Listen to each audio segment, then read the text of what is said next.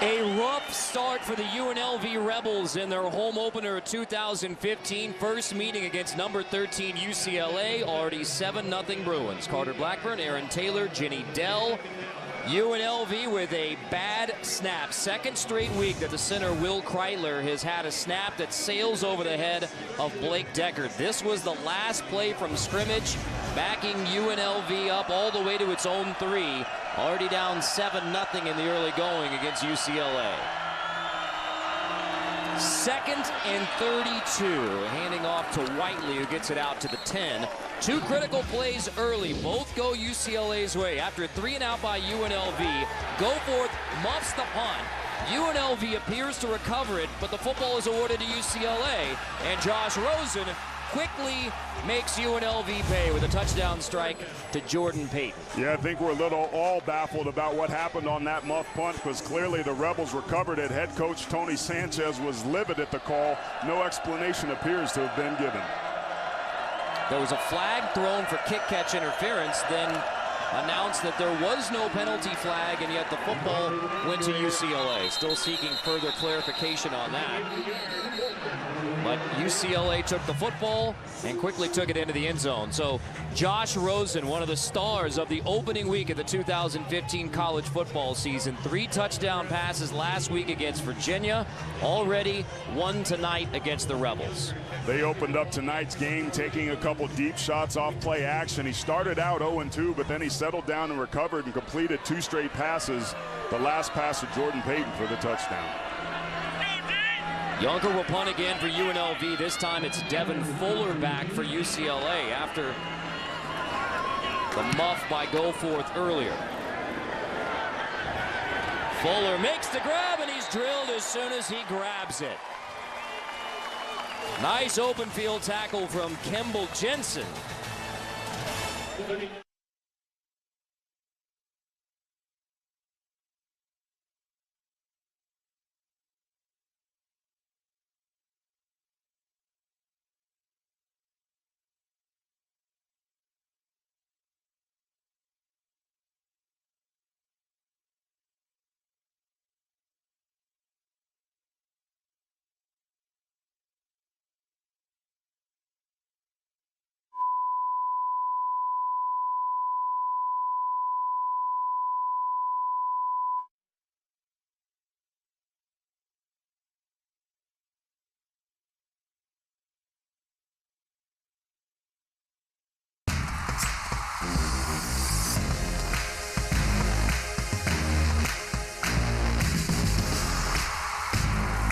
Performance, hydration, recovery,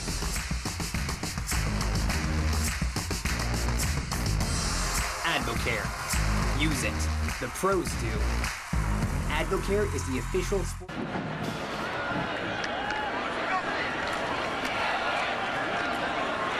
We apologize for the technical difficulties. This is UCLA's second drive.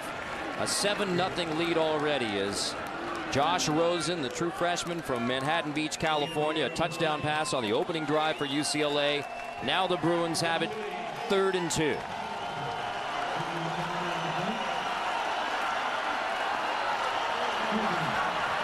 Perkins motions out. Rosen delivers a strike for a first down. Duarte makes the catch and takes it to the 25. An 18-yard pickup on 3rd down.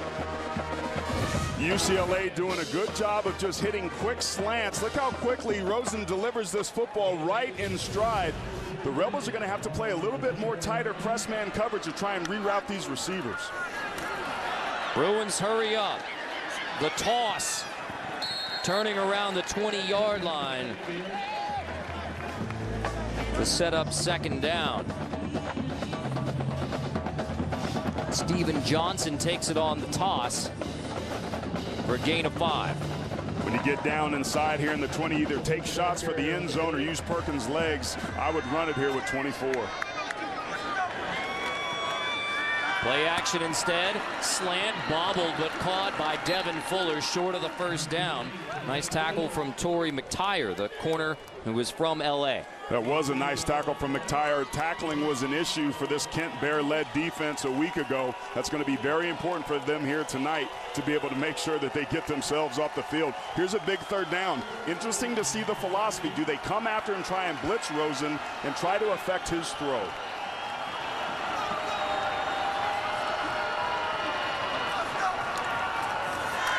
Third and 3, screen, incomplete.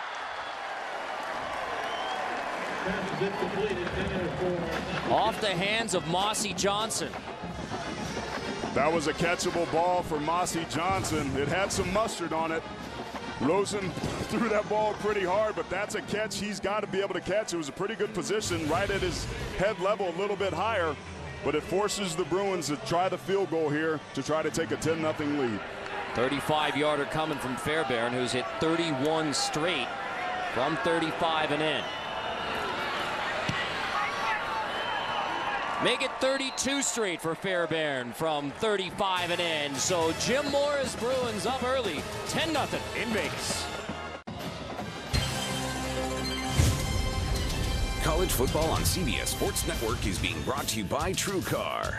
When buying a car, save time, save money, and never overpay. Visit TrueCar.com. By Advocare, we build champions. And by the all-new Chrysler 200, ready to take on the world. UCLA's first trip to Sam Boyd Stadium, home of the UNLV Rebels. New head coach Tony Sanchez. And to emphasize the Las Vegas here at Sam Boyd Stadium. Our Allegro weather says, yes, it is a warm but dry evening here in the desert. Past 8 o'clock Las Vegas time, we are still with temps in the mid-90s. Baby powder. That's all I got to say is baby powder. The imagination take you wherever. All right. Ladies and gentlemen, Aaron Taylor. Thank you, thank you. 10-0 start for UCLA. A touchdown pass from Rosen, a field goal from Fairbairn. And his kickoff will go for a touchback. Rebel football at the 25. Let's take a look at tonight's TrueCar keys to success. The Rebels are already down 10-0. There were already long shots. What do they have to do? Yeah, I think they've got to be able to run the football to possibly shorten this game and keep their defense fresh. They've got to be able to do a good job in the red zone. So believe it or not, even though they're down 10-0, forcing UCLA to kick a field goal on that last possession was big. And finally, big plays. UCLA's really good at it. UNLV has to do an exceptional job on both sides of the football to be able to get themselves back into this game and have a chance to win, Carter. But we also have a flag down on the field. Number 33, 5-yard penalty will be added to the dead ball spot. First down. Meaning UNLV football at the 30-yard line. For Tony Sanchez, who won 6 straight state titles at Bishop Gorman High School. Our Chick-fil-A starting lineup, bit of a wrinkle. The starting quarterback was Blake Decker. We bring you the Chick-fil-A starting lineup. It's the 3rd UNLV series, and it's Kurt Palandak, the sophomore from Plainfield, Illinois. Redshirted 1 year in North Dakota, then 1 year at Laney College in Oakland. And now on the 3rd series, he hands off to Lexington Thomas, the true freshman and running back for UNLV. The rest of the starting offense, Devontae Boyd is the go-to target. The sophomore from Henderson, Nevada. 64-yard touchdown versus Northern Illinois last week for the Mountain West Conference Freshman of the Year from a season ago. They need to try and get Boyd involved early, but Palandak is their running quarterback. Watch his legs. Palandak hands off again. It's going to be 3rd and long, which means this UCLA defense will have a chance to tee off as McKinley makes the stop there. Starting lineup for the UCLA defense without Eddie Vanderdoes, the leader of the defensive line. So the rest of those leaders will have to step up, including Dion Hollins, the outside linebacker / defensive end that comes at it off the edge for the Bruins. Dion Hollins has elite get off. He looks like his head is tied to the football with a string. When the ball is snapped, he is off and past the O-lineman. 3rd and 7. Palandak forced to throw. Step up, deep shot, incomplete. Intended for Devontae Boyd with Moreau and Goforth both in coverage. This is the 3rd straight 3-and-out for UNLV. Keep in mind that the defense has been on the field twice as many plays for the Rebels as been their offense. They're going to wear down pretty quickly. They've got to be able to get something going offensively. And if you're on the defensive side of the ball, if you're the Rebels, you've got to try and make a play and get the ball back with some takeaways. 3 possessions for UNLV, 3 3-and-outs. Yunker to punt again. Devin Fuller will let it bounce inside the 35.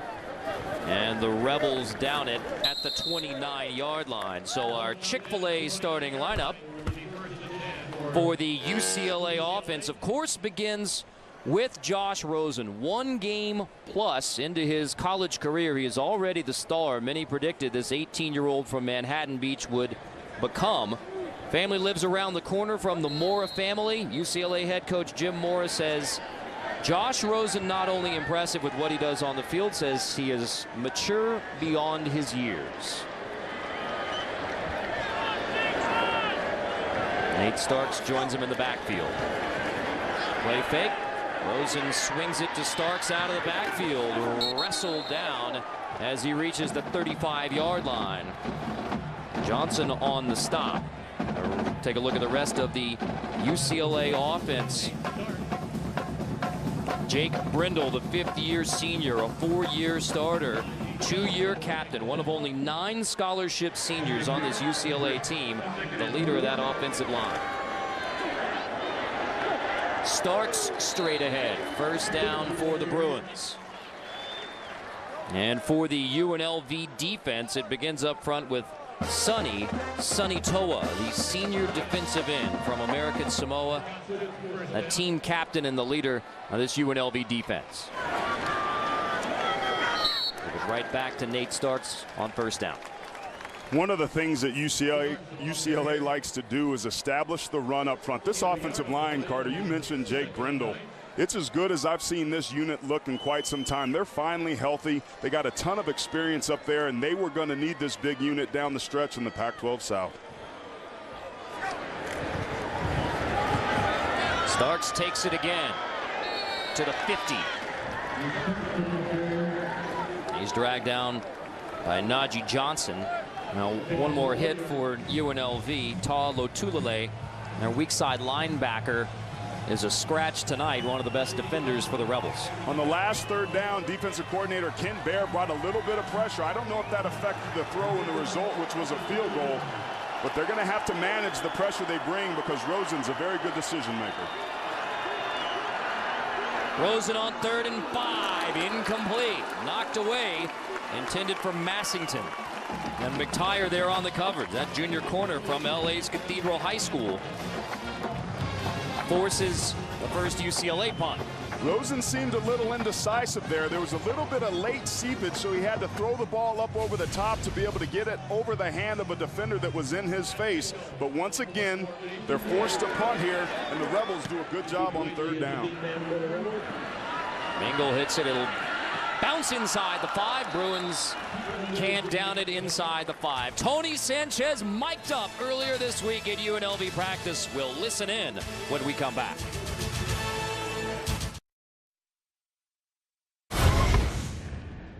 Come on, Baldwin. Have a good day. Let's go. Let's go, guys. Let's go. There you go. Let the ball take you downhill. Let the ball take you downhill. You started. He's down right there. Let's go. Let's go. Spot that ball. Let's go. Hey, good job of planting your foot and getting upfield. Hey, you got 120, no timeouts. 120, no timeouts. Got to kick a field goal. Yep, need a field goal. Come on now. Let's go, baby. Rebels on me. Rebels on 3. 1, 2, 3. Aaron, you got right off the plane and went to UNLV practice the other day to watch Tony Sanchez and the Rebels. What were your impressions of UNLV practice? They were invigorated, and there was a new energy around this program. Tony Sanchez, a local guy, really done a great job of inviting the community, and I think it's making an impression already. Blake Decker back at quarterback for the 4th series, still looking for a first down, and there it is. Devontae Boyd, the outstanding sophomore wide receiver from Henderson, hauls it in for a 36-yard completion. That ball was on the money. Just a good job by Blake Decker. Good protection there. There was some late pressure by Deion Hollins on the backside, but a beautifully placed ball on the wheel route to Devontae Boyd out of the backfield, getting great inside position on Marcus Rios for the big pickup in the first down. Devontae Boyd, who was originally from the New Orleans area, relocated to Nevada after Hurricane Katrina. We're talking about Tony Sanchez, the native of Livermore, California in the East Bay, son of a police officer, oldest of 4 boys, said he didn't want to be 70 years old sitting on the porch sipping lemonade saying, you know what, I should have taken a chance. So he had a really good job at Bishop Gorman, 6 straight state titles, but he took the chance making the rare jump from high school to the major division of college football. Decker hands off to Whiteley. 3rd down coming up, tackled by Clark. That was 2 power plays in a row, and Whiteley should have stayed on the outside hip of the pulling guard that time. UNLV coaches told us that they wanted to establish the run inside. They didn't feel like they had enough speed to be able to get to the edges with this speedy defense, so they were going to use some short controlled passes to the outside to be able to establish that run game. But here's a much important 3rd down. Remember, this is a team that has the ability to be able to run inside when they need to. Can they do it here? Decker, slant caught. First 3rd down conversion of the night. It's Devontae Boyd again. He had a critical drop at the end of last week's game against Northern Illinois. Coming back strong early. I like Decker's ability with his opportunity to throw more accurate passes this year. Accuracy is a function of not only throwing it to the right guy, but knowing when to throw it, and Decker did a good job with both of those on that last one for the big pickup. The 24-year-old senior from Mesa, Arizona. Decker keeps it, shakes his way for a few yards on the 1st down keeper.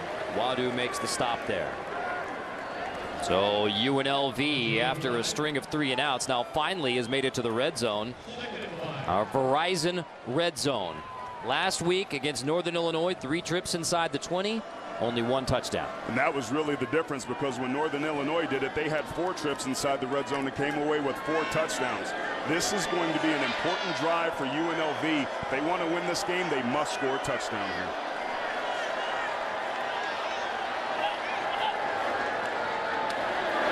Decker to the goal line, incomplete. Kendall Keys, a lot of contact, no flag. Keys the intended receiver. Fabian Moreau there in coverage. I agree with you. There was a lot of contact, and he shoved him out of bounds right in front of the official. But remember, early on in the ball game, these officials were letting a little bit of the chicken fighting going down. They're allowing for physicality on both sides. So as physical as that looked, what's fair is fair. 3rd and 5 in the red zone for Decker and the Rebels. Batted away. Incomplete. 4th down coming. Jacob Tuioti Mariner, the sophomore from Corona. You can see him setting up and timing it. For a defensive lineman, that's just as good as a pass breakup and a cornerback making a great play.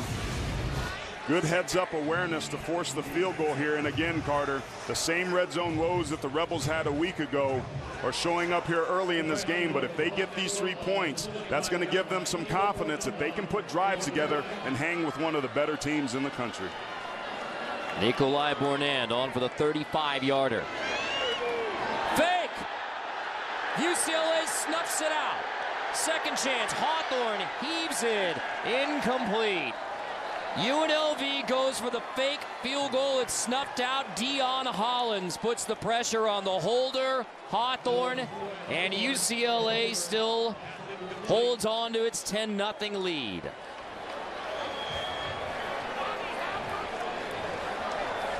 Deion Hollins makes the stop on the fake field goal.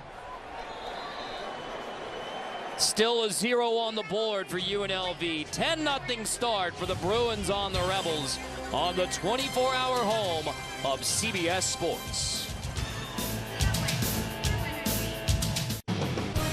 Tomorrow, the NFL on CBS, home to Super Bowl 50, kicks things off with a big-time doubleheader. First, the Chiefs challenge the Texans while the Dolphins face off with the Redskins. Then Flacco and the Ravens match up with Peyton and the Broncos, while Mariota and Winston begin their careers in Tampa. Check local listings.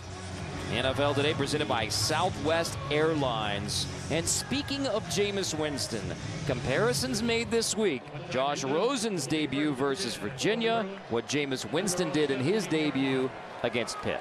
And the numbers on that graphic that stand out the most to me are 0 for both of them in the interception column. Josh Rosen hands off on first down. Perkins back in there running back. So when you went back over Josh Rosen's performance against Virginia, what impressed you the most? It was the nuances in his understanding of the position, not just arm strength and throwing it to the right guy, but when he threw it to the right guy, how he threw it to the right guy, his play fakes on play action, looking off safeties, things that usually don't show up till much later on. Zips this one complete to the 35. That's Jordan Payton, who is brought down by Penny Vea. But Payton makes the grab on another rope from Josh Rosen. They're running these quick slants inside. UNLV has to press these guys a little bit more. They're allowing the receivers free releases inside, and Rosen's going to make that pitch and catch all night long unless they make some adjustments.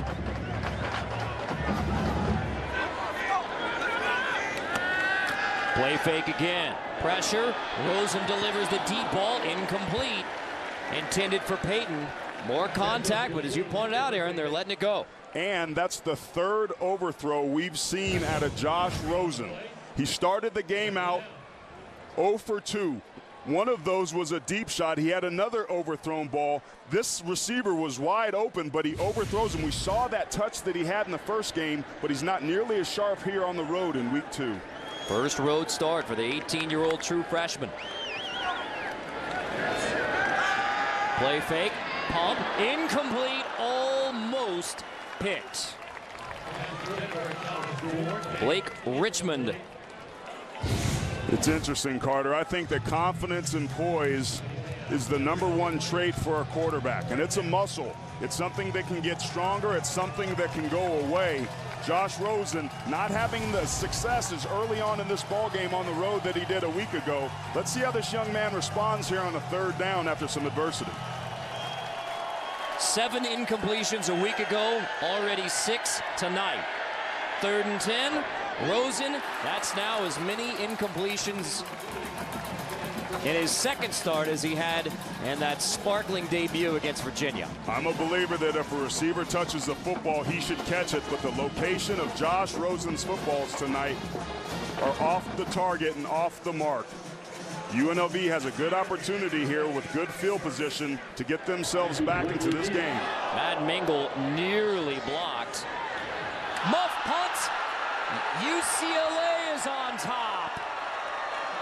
Keith Whiteley, the junior running back in punt coverage. UNLV believes they have it. Done good for 33 yards. And a fight at the bottom of that pile after Whiteley muffs it. Second muffed punt tonight. One by UCLA, one by UNLV.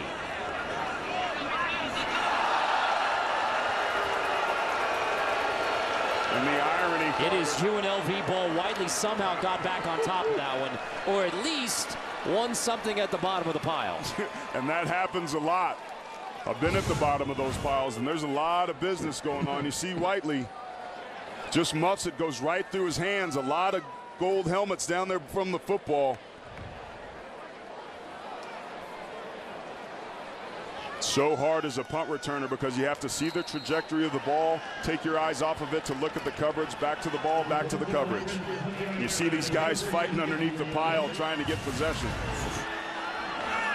Fight night in Vegas. Hugging. It's all Merriweather does anyway. Decker hands off to Xavier Campbell. That's the true freshman from Houston's Bel Air High School. UNLV plays a couple of true freshman running backs from the Houston area. Xavier Campbell, that's just his second carry of the year. Kenny Young there on the stop. The game plan early on for both of these offenses is run, run, play action, run, run, play action. UNLV has to stick with the run and try and establish something there because Devontae Boyd is a mismatch against most of the cornerbacks for this UCLA team. Decker's going to keep it on 2nd and 8. Room to run. He has a first down as he dives across the 30-yard line. And Decker on the ground after taking a pop on that first down scramble. It looks like he went down, Carter. Something just kind of gives out as he's running. He gets to the 2nd level. But it looked like something just gave out. It was a non-contact injury when he goes down. This would be a big blow to the Rebels if it's anything of a serious nature. Right there, bam, you see it. He just hits the deck.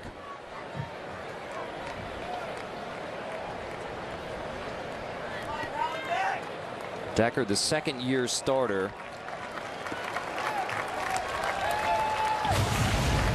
Well, we've seen the backup, Kurt Palandek, play 1 series for UNLV. That was a 3-and-out. Decker, the 24-year-old, heads to the sideline, and that is going to be how the first quarter ends. A down note for UNLV after they trail 10-0 to 13th-ranked UCLA with Blake Decker on the bench. End of 1, 10-0 UCLA.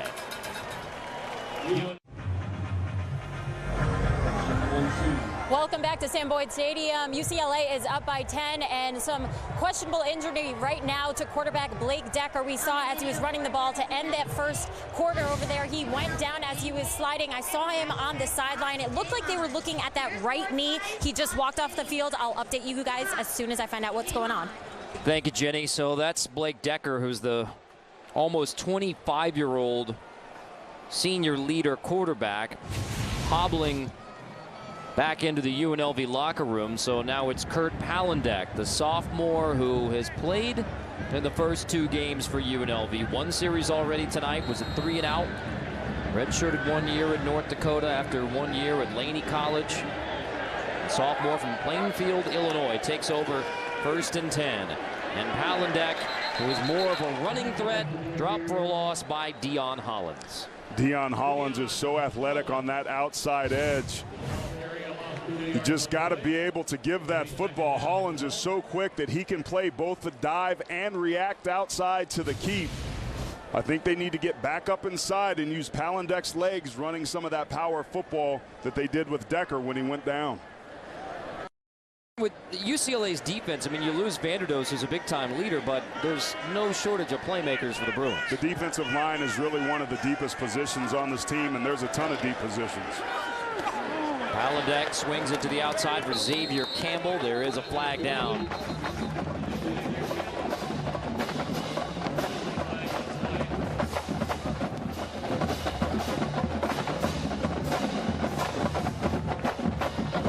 Kevin Marr, referee. Holding. Offense number 70. 10-yard penalty. Still 2nd down. It's Alex Neal, the backup center, and that was a perfect example of UNLV. Here he is right here. Just gets beat right off the snap, drops his head. Gets a little too much jersey there. Typically the backup center, but they have him rotating in that offensive line at the left guard position. This is a pretty undersized UNLV offensive line. These guys play hard, but they're not as big as they will be someday. Palandek scrambling, dropped again as UCLA turns up the pressure. Matt Dickerson and Kenny Clark drop Palandek. And that's back-to-back plays on Alex Neal, the left guard, where he's just going to be able to get up here and get immediate pressure. The left guard's got to set firm and get his head back, but he gives a shoulder and whiffs right away. The quarterback doesn't have a chance. As an offensive lineman, you have to give your quarterback time and do a better job of stopping this stout defensive line of UCLA. Tough task for the true freshman Alex Neal trying to block the Bruins. So 3rd and long. And another flag is down prior to 3rd and 22.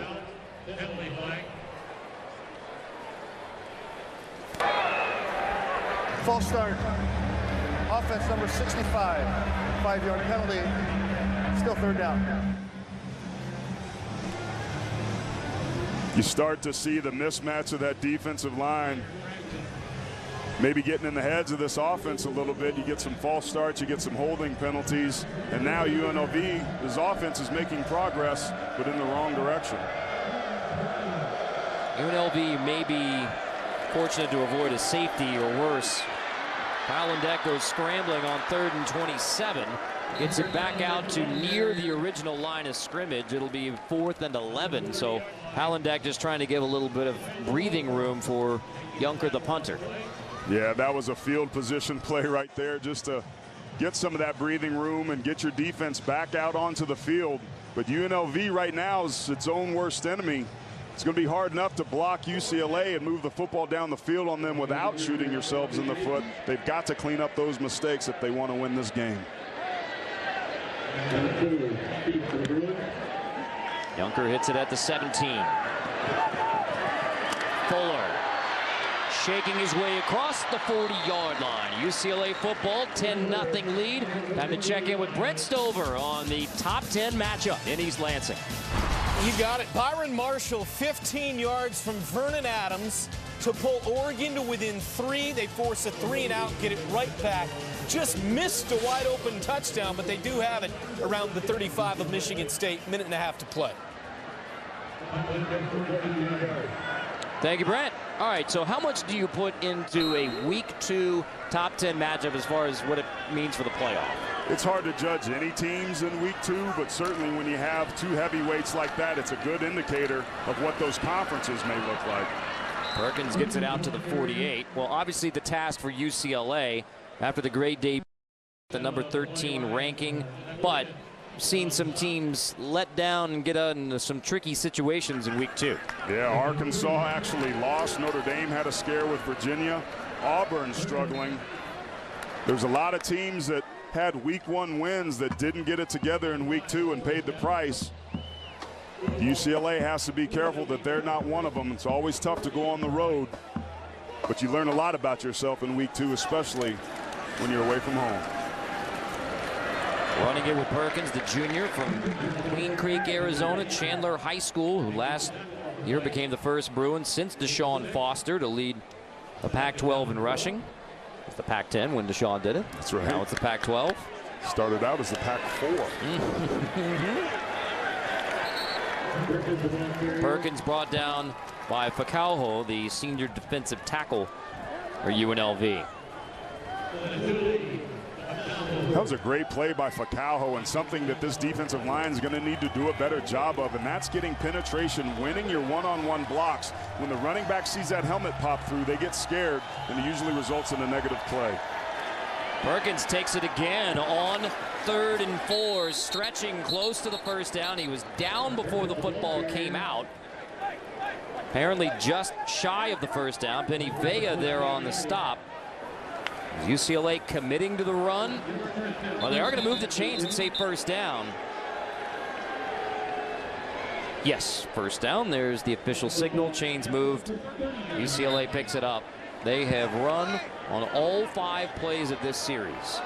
A week ago, they only had 28 rushing yards at halftime, but they're more committed to the run, which is what you should do on the road. And I've been really impressed with Perkins so far. He led the Pac-12 a year ago in rushing, and he's running physical here tonight.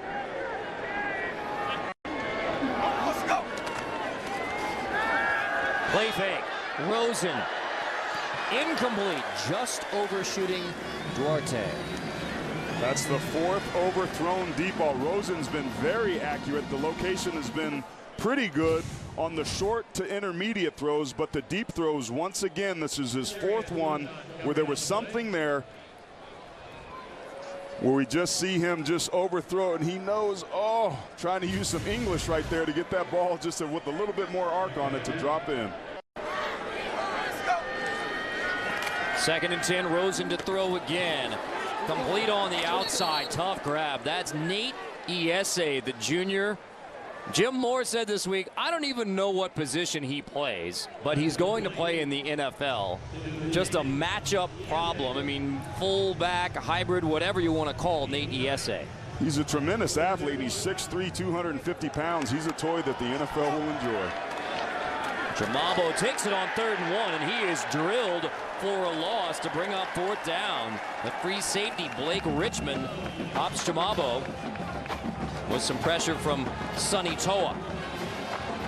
UCLA quickly going forward on 4th down. Rosenkeeper appears to be stopped short.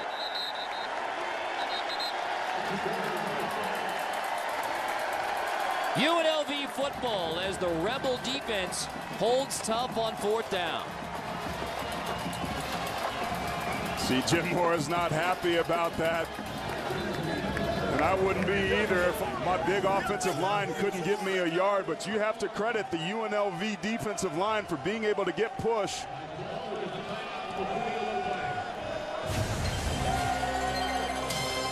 UNLV's defensive line showing up, stepping back up to the line. UCLA's testing them, but UNLV's rising to the occasion.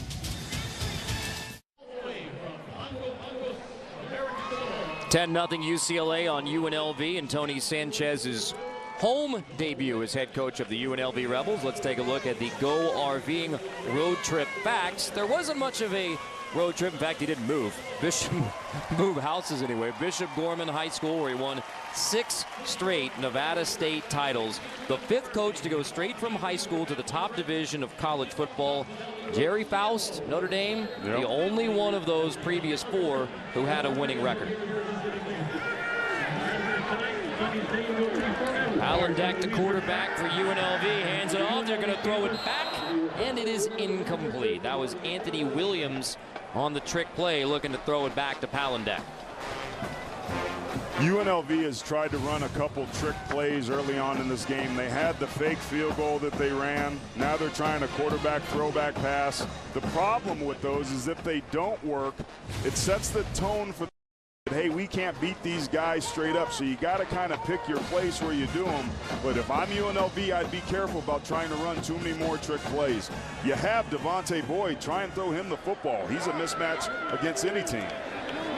Palandeck's going to keep it on 2nd down, stretching across the 35. We check in with Ginny Dell. I just spoke with Kyle Wilson. He's a head trainer for UNLV, and he told me that at this point, Blake Decker is dealing with a leg injury. They're going to reevaluate at the half, and then I'll have an update for you guys. Thanks, Ginny. The big challenge now for UNLV, Kurt Palandeck has yet to complete a pass this year. 0 for 1 last week, 0 for 1 so far in this game. So you have a one-dimensional offense against UCLA, and you're down 10-0. Palandeck, there is his first completion on the shovel, and UCLA snuffs it out all the way back at the 31. Tuioti Mariner leads the way. Miles Jack in there on the stop as well. There's so much sideline to sideline speed for this UCLA team. Watching them on film getting ready for this game, they're like a bunch of velociraptors. Ooh, there's just bodies everywhere. They hunt. They run to the football. When you're a defense and you run to the football, good things happen, and the Bruins are bringing it on that side of the football. The Velociraptor defense for UCLA. Should I try and trademark that? Or Westwood Velociraptors. Yunker punts again. Another good one. Fuller backing up. It'll hit inside the 10. Trickle out of bounds inside the 5. Inside the 1. Well, a bright spot for the UNLV Rebels. They're down 10-0. They're big underdogs, but a 65-yard punt.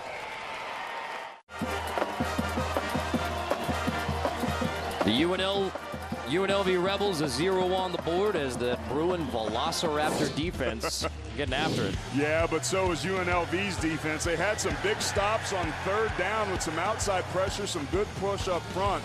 Kent Baer's unit on a big 4th down keeps Josh Rosen from getting the football.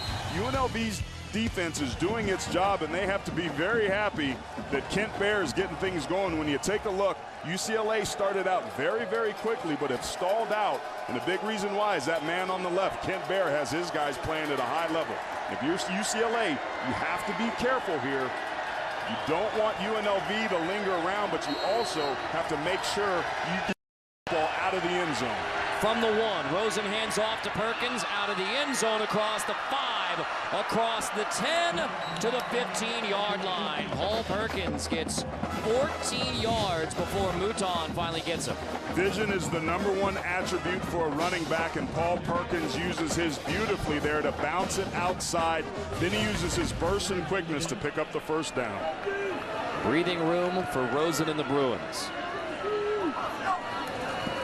Josh Rosen, play action, flings incomplete on a miscommunication. Massington was blocking on the edge rather than turning to catch it.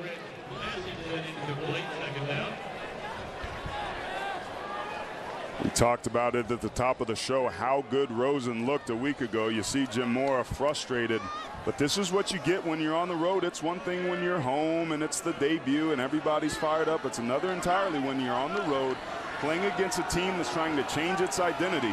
You can say what you want to about UNLV. These are some tough kids that play hard. Already 9 incompletions after the almost perfect debut a week ago. He's 2 for his last 8. Nice grab there, however. Iese sheds the Rebel defender and shakes his way across the 35. McTire meets Nate Iese. Well, this is one of those examples. UNLV brought some pressure off the edge, and Iese ran to the space that the blitzing defender vacated, and that's what allowed that big pickup in the first down. Iese delivers the blow in the open field, and now give it right to Paul Perkins. McAleen in there on the stop. Paul Perkins a week ago only had 59 yards, averaged 4 yards per carry. But running the football is about getting into a rhythm, and it's clear that they're going to feed 24 tonight, and rightly so, because he's a great back. Feed him again on second down. Perkins shakes his way for a UCLA first down. Paul Perkins, whose dad, Bruce, played football at Arizona State and with the Tampa Bay Bucks. Uncle Don at New Mexico, and then was a running back on the first Dallas Cowboys team in 1960 when Dallas was granted an NFL franchise. Rosen complete. There were 2 receivers out there. Massington hauls it in to the 49. There's 2 quick outs out on that right side. It's a little unclear, I think, who they were throwing the football to, but Rosen clearly knew. Puts the ball on the money. He's great with those short, quick outside routes. His ball location's pretty dang good tonight. Massington, the sophomore from Mesquite, Texas. 2nd and 3. Rosen hands off again. Starks takes it for the UCLA first down. Nick Starks, the sophomore, who is from Las Vegas, Nevada. You know he's feeling good to be at home and running hard, and that's really the thing I've noticed from UCLA's running backs tonight is they're running physically. They're running through tackles and dragging defenders for 2 or 3 yards.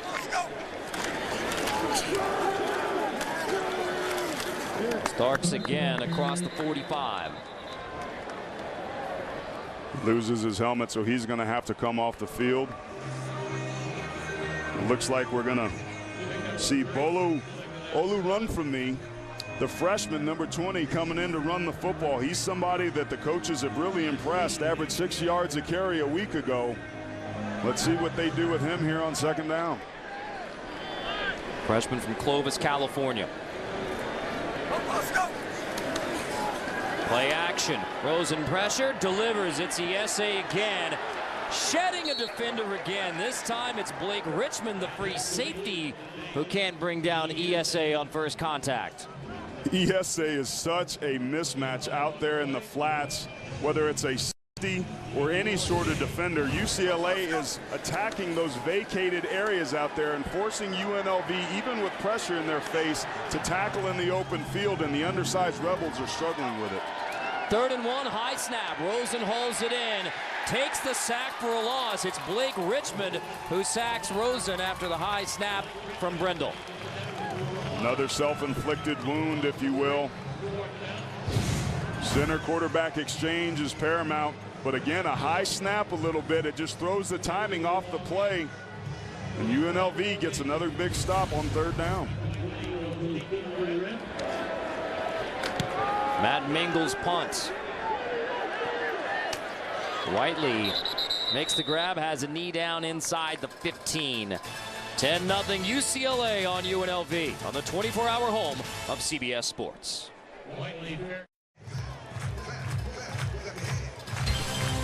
Coming up on the Verizon Halftime Report, Brett Stover, Christian Fourier in New York with a full update, scores highlights, including that top 10 matchup in East Lansing that has gone final between Oregon and Michigan State. So we talked about some of the teams in week 2 that kind of slipped into some tricky situations. I was surprised with Auburn. Jeremy Johnson didn't look good for the second week in a row. They're really missing the run game and Cameron Artis-Payne and what he brought to them a year ago. Notre Dame, the luck of the Irish is with them. They get the win, but they lose their starting quarterback. That team's going to have to grow up in a hurry. But Arkansas, a reason why they blanked out LSU and Ole Miss last year was because of a top 10 defense. Arkansas had the second-rated defense in the conference a year ago. They graduated a lot of guys, but they struggled on both sides of the football today. The SEC West is going to be interesting. Palandeck hands off to Whiteley for UNLV. Rebels have their backup as a little scuffle breaks out. UNLV's a scrappy team, Carter, and here's what I think. When you're on the road and you're up 10, you're UCLA, you're going to try to get to halftime, you're going to get your butt chewed out and probably come out and play better in the second half. So UNLV really needs to get something going offensively here, even if it's a field goal, to try and get some momentum themselves so that they can feel like they can win this game. The defense is doing its job. Palandeck hands off again, first down UNLV. It's the backup quarterback, Kurt Palandeck, who has only one completion so far this year, and that was on the shovel earlier to Thomas. He's playing because Blake Decker, the senior starter, went down with an injury at the end of the first quarter. No further word on Blake Decker's condition, but a challenge for UNLV with Palandeck, who's not a great thrower, at least hasn't shown it yet. Down 10-0.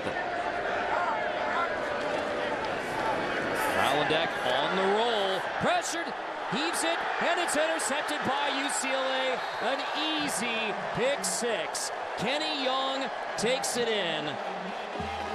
23 yards on the return from Kenny Young. McKinley gets the pressure. Young takes it in for the pick 6.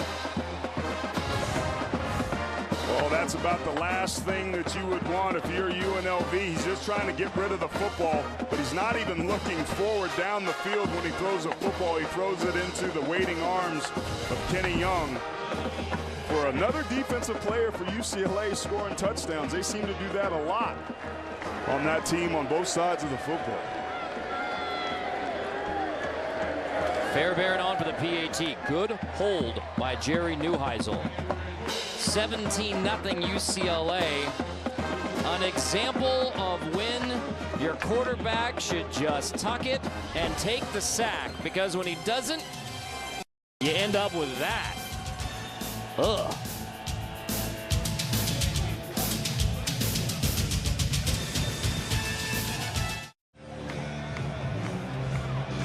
$17-0 UCLA with the Velociraptors on the attack.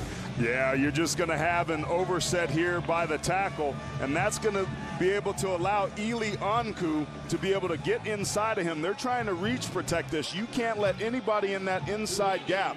This just simply is a ball that you cannot throw. You have to take the sack, Carter, as you said, but Palandeck is a backup trying to make something happen with a costly error here at the end of the second quarter. And that UCLA opportunistic defense. The UCLA defense scores touchdowns when they're on defense.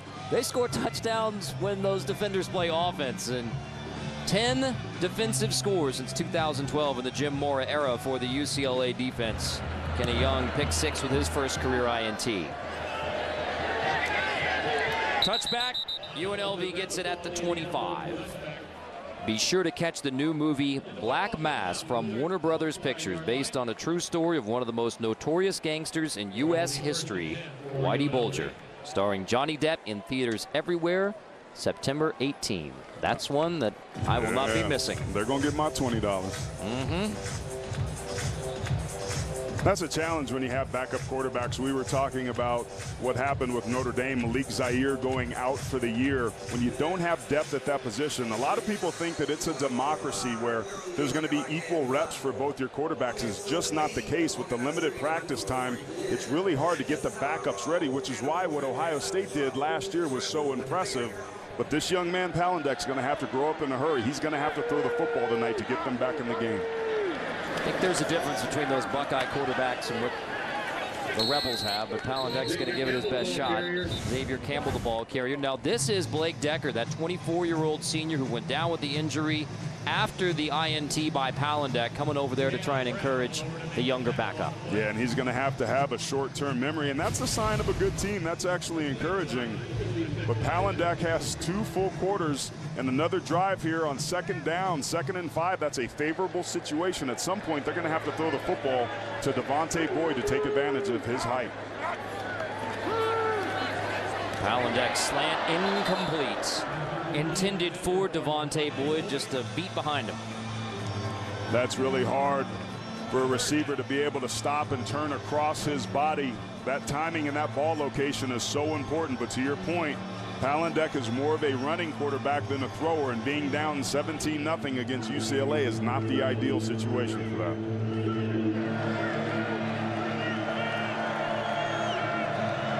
UCLA being able to get pressure without bringing a blitz. I would think about running possibly a screen here.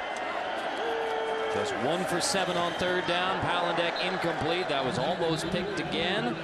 Goforth had a chance at it. There is a flag down.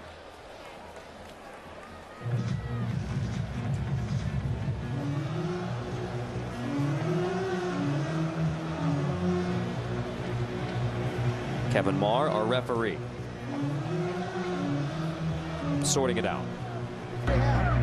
Offside. Defense number 30. 5-yard penalty. 3rd down. It's going to be on Miles Jack. Penalties have been problematic at times for UCLA. Miles Jack had a couple horse collars a week ago. Very fast player. Hard to see from that angle what they saw.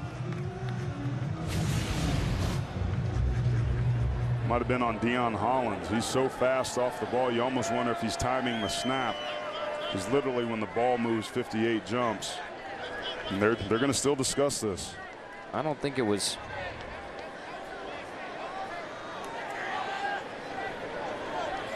You read lip. 1st down, UNLV is the result. I'm still not sure where the UCLA offsides was. Didn't appear to be Miles Jack. 1st and 10 UNLV anyway. Palandek incomplete. Intended for Devontae Boyd again. Tight coverage on Boyd. Marcus Rios, the corner who's starting because of the indefinite suspension to Ishmael Adams. So it's 2nd and 10. If you're a receiver in man coverage, the DB is going to try to mirror you. So as a receiver, you have to kind of fog that mirror and create separation. And you can do that with either physicality or with athleticism. And that time, Devontae Boyd didn't do either. And the poor location of the football resulted in incompletion. Palandek's only completion was on a shovel toss. Now that looks more like an offsides. Agree? See if he was drawn off. I love it. And that's a very heads-up play by the center. Offside. Defense number 58. Unabated to the quarterback. 5-yard penalty. 2nd down. You have to be able to do that. He's trying to time the snap, and they just hard counted it there. But you see the center, as soon as he sees somebody enter the neutral zone, every center on every level snap the ball because it's a free play. That's a huge heads-up play, and that will slow down the rush of Deion Hollins. That's a great situation here for UNLV. Now they got to find a way to capitalize on it. And they stop it there on the offsides because of the unabated. 2nd and 5 in the backfield again. The Bruins wrestling down the UNLV ball carrier. That's Eli Unku, the junior who is from Ontario, has been slowed in his career because of injuries, but playing more now. Yeah, you see Anku right here. UNLV's offensive line is having trouble blocking people. He doesn't even get blocked that time. The tackle should have come down and cut him, or the offensive lineman somehow slow him down, but just to let him run unblocked isn't getting it done. 3rd and 7. Palandak, clean pocket, misfires again. And UNLV is really feeling the loss of Blake Decker, the starting quarterback who went down at the end of the first quarter. I mean, they're right in this football game. 10-0. You get the football, a chance to score, and you start thinking about some momentum towards an upset. But without a passing game right now for the Rebels, a lot of Logan Yunker on the punt.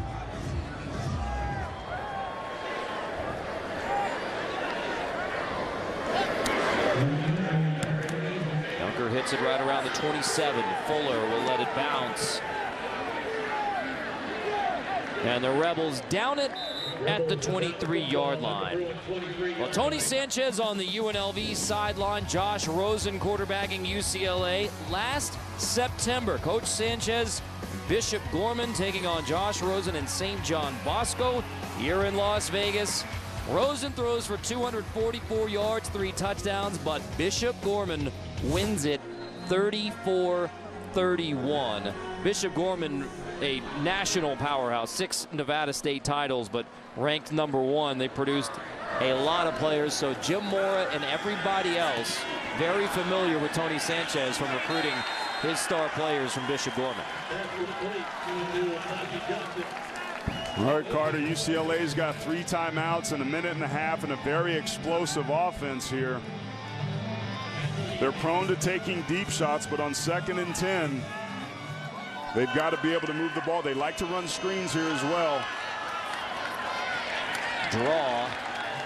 Perkins. 3rd down coming. That's a very conservative play call on 2nd down if you're going to try and score with the football here, but it doesn't look like UCLA has any sort of sense of urgency, so they may be okay with a 17-point lead here in the second half as they let the clock bleed down. 3rd and 6, Rosen to throw. Protection, pass is complete. Johnson makes the grab at the 39. UCLA uses a timeout. I'm a little confused because on the one hand they're trying to push the ball downfield, but on the other hand they're walking to the line of scrimmage, they're letting time tick away, and there's no real sense of urgency. So Josh Rosen, it hasn't been as perfect in the first road game as it was last week in the Rose Bowl against Virginia. It's not always going to be, but you learn what type of football team you have and what type of players you have in your first road game. He hasn't played terribly tonight. He's actually played pretty good in terms of putting the football where he needs to be. His incompletions primarily have been on his downfield drive throws where he's taking shots over the top. But all the intermediate and short stuff, he's been pretty spot on so far. Josh Rosen, the 18-year-old true freshman, last week completed passes to 11 different receivers, 144 yards, 1 touchdown. Rosen pressured, scrambling, throws it away. And that's one of those incompletions you talk about. Even when there are incompletions, that's a positive play or the right play by Josh Rosen. Yeah, certainly that Palandak would have liked to have done that on the play where he turned the football over earlier. When you talk about Josh Rosen and how deep this roster is, he's targeted and completed balls to 8 different receivers today. He really scans and spreads the field and finds the open guys. On 2nd and 10, dragging across, Jordan Payton shoved out of bounds at the 46-yard line. So 26 seconds, Fred Wilson there on the stop. With 26 seconds at midfield, with the explosiveness on this offense, you don't have to worry too much about the clock, but at some point you're thinking touchdown here. You have to take deeper throws. That was a scissors route, a short intermediate route that picks them up 6 or 7 yards, but it takes some valuable time off the clock. Look for them to throw towards the edges so that they can stop this clock without burning timeouts. Rosen pressured, flags are down. Rosen heaves it incomplete. We'll check the flags.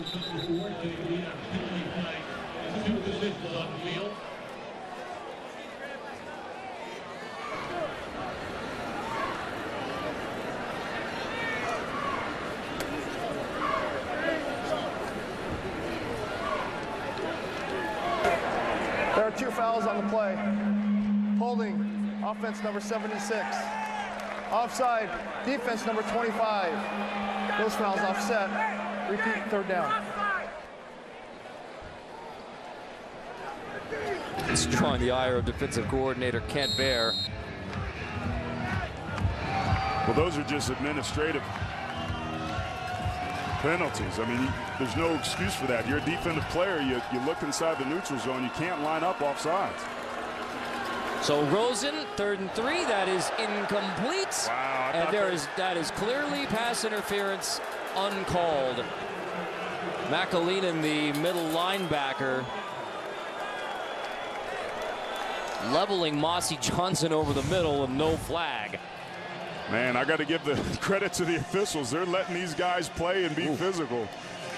But, man, that clearly was pass interference, and as a flag, I think that should have been thrown. I think I agree with you there, partner. Mingle's punt. Bounces inside the 15. Bruins will down it inside the 5 with all of 1 second on the clock before the half.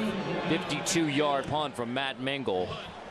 You know, so for UNLV, I mean, they're hanging tough. They're 10-0, and then you go to your backup quarterback who's completed only 1 pass, and now it's 17-0, and this is looking more like the game that people expected from UCLA and UNLV heading into it.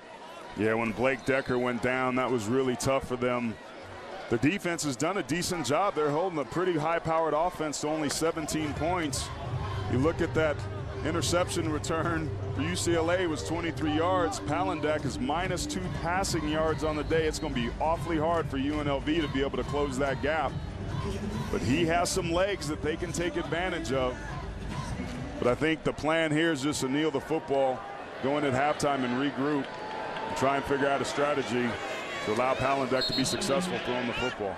17-0 UCLA on UNLV at the half.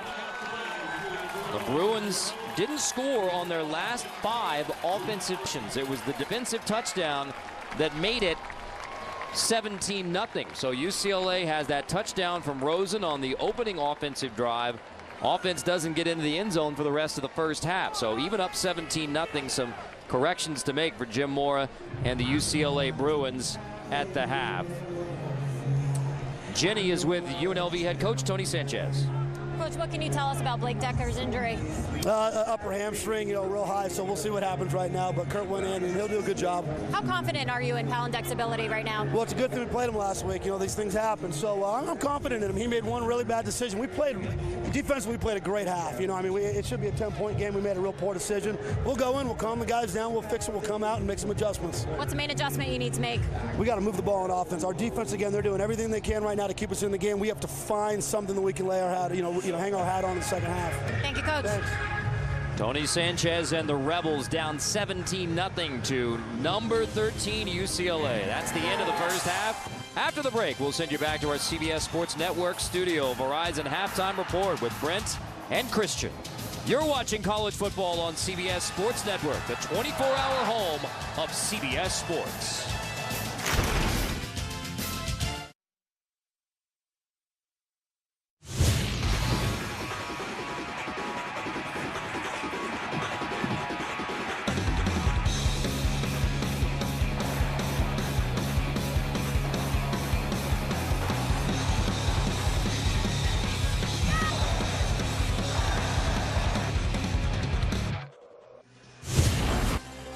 As Graham Parsons said, ooh, Las Vegas. But for the Rebels, down 17-0 in their home debut to number 13 UCLA. Carter Blackburn, Aaron Taylor, Ginny Dell. All right, the question for UCLA was, could they avoid a week 2 letdown and join one of those teams that got a little trouble, a little scared this week? So how do you evaluate it at the half? I think they're doing okay defensively. They've only allowed 1 touchdown, or they haven't allowed any touchdowns, but it's the offense and the misfires and the miscues, the bobbled snaps. Rosen doesn't look as sharp throwing the football down the field. They're just not executing on that side of the football. When your defense is playing good and you're on the road, just establish the run. Run Paul Perkins here in the second half. Get your win. Go home. I think that they should commit to the run in the second half. Well, there has been one offensive touchdown in the game. That's Aaron's analysis. And this came off of the run, Carter. They ran the football early, so watch what the play action fake does here to the safety, creating a one-on-one situation with Jordan Payton here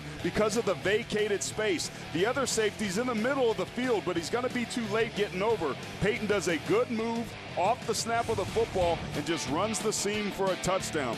But when you look at these numbers, although they've gotten a ton of yards, UCLA's only been 3 for 10 on 3rd and 4th down combined. That's not the sort of execution you want if you're a Bruin team looking to try and make the playoff. On the east side of the Las Vegas area at Sam Boyd Stadium, it'll be UCLA receiving the second half kickoff. Ornan's kick fielded inside the 10 and out to the 30-yard line. Miles Jack near the 40. A linebacker and do-everything player for the Bruins. Let's take a look at the pass chart for Josh Rosen. Again, the short to intermediate passes, he's been pretty good. 15 of 22. Not a bad night throwing a touchdown there, but it's those deep balls. 0 for 4. A week ago, they took some deep shots and connected on a lot of those. They had 8 big plays over 20 yards. Tonight, not nearly as productive throwing the football downfield. The true freshman quarterback hands off. Paul Perkins turns the corner, has a first down near midfield. We check with Ginny Dell. Guys, I just talked to Coach Mora, and he said he feels the offense is just a little bit off, but coming off a great win, he expected that a bit. He says they're pressing right now, but he told them to relax. And as far as Rosen goes, he said he seemed completely unaffected, something that shows the maturity of this quarterback. James Lawrence Mora, Father James Ernest, Jim Mora football coaches. Rosen, deep shot for Fuller, incomplete with McTire step for step, and there's another deep ball incomplete. That's 0 for 5 now, and he's lucky he got rid of that football when he did, because there was a corner blitz off the boundary that time off the backside that if he had held that ball a little bit longer, that would have been a huge shot that he didn't see coming. 2nd and 10, expect run. Play action, swing it to the outside, complete across the 45-yard line. That's Mossy Johnson who makes the grab.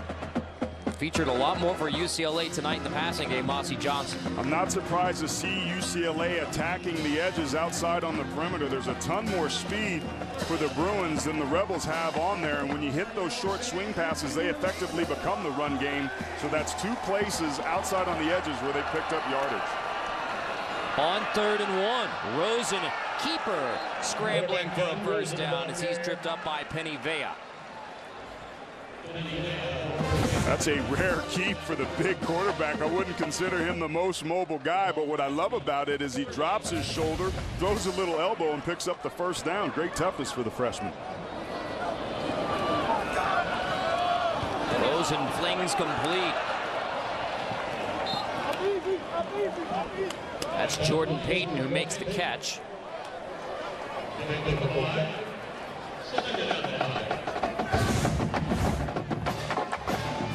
Yeah, you see him rolling that shoulder out a little bit. He's not used to getting hit. They didn't give up any sacks a week ago. That was a rare run for him. Got to keep an eye on that. High snap, give it to Perkins on 2nd down. It'll bring up 3rd down and about 4 after the stop by Matt Lee, the sophomore from Fresno. The only question about this UCLA team coming into this season was at the quarterback position, and how are they going to replace Brett Hundley? Well, I tell you what, Josh Rosen seems to have the skill set to lead to a bright future for UCLA at the quarterback position. On 3rd and 4, Rosen setting up the screen to Perkins. Blockers ahead, first down inside the 20 for Paul Perkins. Finally brought down by Fred Wilson. UCLA likes to utilize the screen game a lot. The offensive line just lets those guys set up. He's got a couple blockers out front of him. Paul Perkins is such a good open field runner. I'm not surprised that they're featuring him here early on in the second half. This is just the 2nd trip to the red zone for UCLA. Rosen pressured. Gonna roll out of the pocket. and just dumps it incomplete, throws it away. So the second trip to the red zone for UCLA tonight, and our red zone is brought to you by Verizon. That was on the second possession of the game for UCLA, the 35-yard field goal from Fairbairn. Remember, there's only one offensive touchdown in the game. The other was on a pick six. So just the second red zone trip for UCLA. This will be the 9th play of the drive. Great coverage that last time by the Rebels. Rosen had nowhere to throw the football, so he had to break the pocket and end up throwing it away.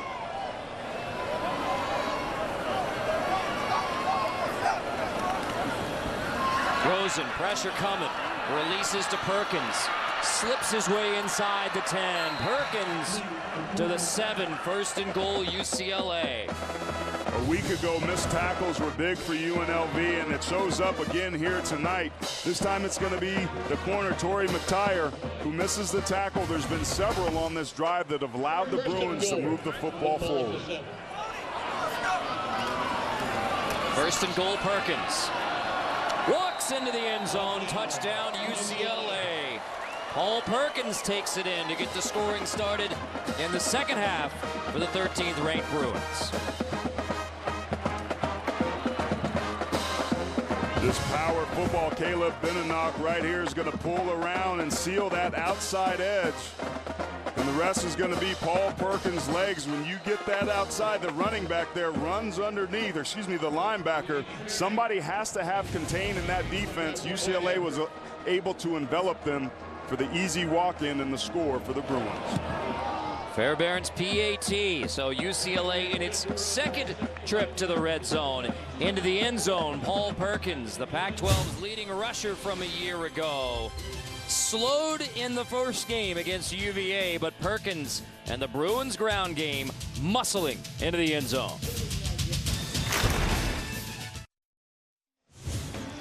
Welcome back to Vegas, where UCLA has a 24-0 lead. Look at the vision here of Paul Perkins. This was a week ago. Vision is the #1 asset for a running back, but tonight he's done it again. He does a really good job of getting the football in the open field and then putting that foot in the ground and cutting back across the grain. Paul Perkins is his own blocker in a lot of ways because he makes people miss at the point of attack, and when they do tackle him, he runs behind his pads and drags the pile for 2 or 3 extra yards. Why do you think vision's the #1 attribute for a running back? Because eyes lead the feet. All things else being equal, good backs see where the yards are when they don't have the ability to have blockers in front of them. The great backs of all time are the ones that find the lanes that the other ones can't see. Carter Blackburn, Aaron Taylor, Ginny Dell. It was 10-0 UNLV. They were hanging tough. Then a critical injury to the UNLV quarterback, Blake Decker. So now the backup, Kurt Palandek. And you see, I mean, there's not a whole lot there for UNLV offensively, but at least they were right there in the game with a chance for much of that first half. They only have one drive over 20 yards in this ball game, and it came on the arm of their quarterback, Blake Decker, who's no longer playing. And that was getting Devontae Boyd involved. I would run some quarterback power and use the legs of Palandek here. Palandek hands off to Keith Whiteley, the junior running back. We heard Tony Sanchez, UNLV head coach, tell Ginny at the half, you know, hope to have Blake Decker back. He's still dressed. He's still on the sideline. He went down with what Tony Sanchez said was a hamstring injury at the end of the first quarter. But that's the starter who's more of the thrower, if you will. Palandek has been used by UNLV through the first week plus as a change of pace running quarterback. Now it's Palandek. Decker has the ability to have some mobility, but against a defense as athletic as UCLA, you don't want to make him a sitting duck back there. Play action. Palandek fumbles the football. Appears to be recovered by UCLA. Kenny Clark was the first player to the football.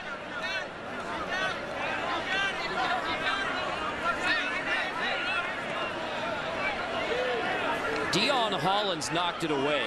So Hollins, who had the pick six. UCLA football. Hollins has created both of the takeaways by the UCLA defense. Kenny Clark recovers it. Well, when you can come off the football as fast as Hollins does, he sits there and plays. That's that athleticism that we talked about. He did not play the dive that time. He was on the quarterback. And Palandek just makes a bad play, loses the football. He's got to be able to protect that thing. He's hurt his team twice now because his inability to protect the football.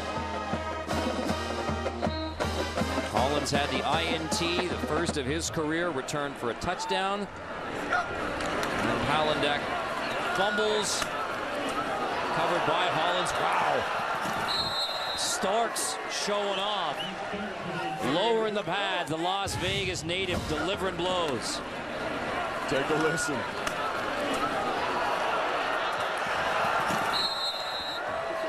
And that was Penny Vea, the leading tackler on there, and a captain of this UNLV team that just got ran over.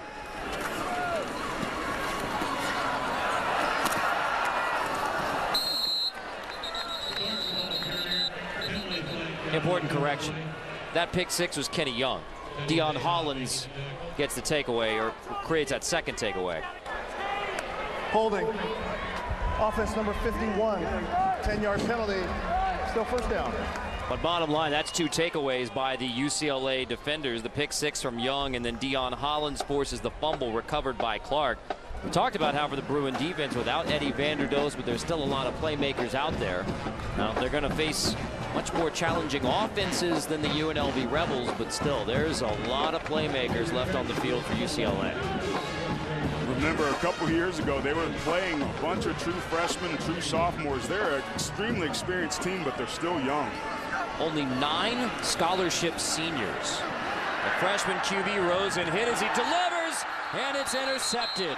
The first interception thrown by Josh Rosen. Blake Richmond gets the interception after the pressure was put on the freshman QB. His first pick as a UCLA Bruin. That was just pressure off the outside left edge. Remember, we talked about it coming from the boundary earlier. Keep an eye on the left side of the screen. Just see the cornerback there, Torrey McTire, getting there, and Rosen's not able to deliver the football with full velocity, and it's into the waiting arms of Blake Richmond. The first turnover for the young man. Going to be interesting to watch to see how he responds. Coaches praise him for being unflappable. Let's see how he shows back up. But that's a great play by UNLV's defense, once again giving their team a chance to get the football back and make something happen. Palandek takes over at the 2. Handing off out of the end zone. That's Nelfahu, the fullback. Senior from San Mateo. Give maybe 3. It's more pushing, shoving between the Rebels and the Bruins. So there's Josh Rosen on the sideline after the first interception thrown of his UCLA career. And that wasn't really on Josh Rosen. That was a protection thing. The corner came free. He had no idea he was there. That's just a gotcha. Palandek handing off again. Nelfahu again, and here comes a flag at the end of the play.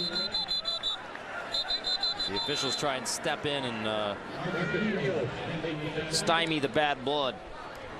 Getting chippy down there. I like it out of UNLV. You got to be careful and be smart. But Coach Sanchez told us he was going to draw a line in the sand. If they push you off that line, get back on it, and that's what they're doing.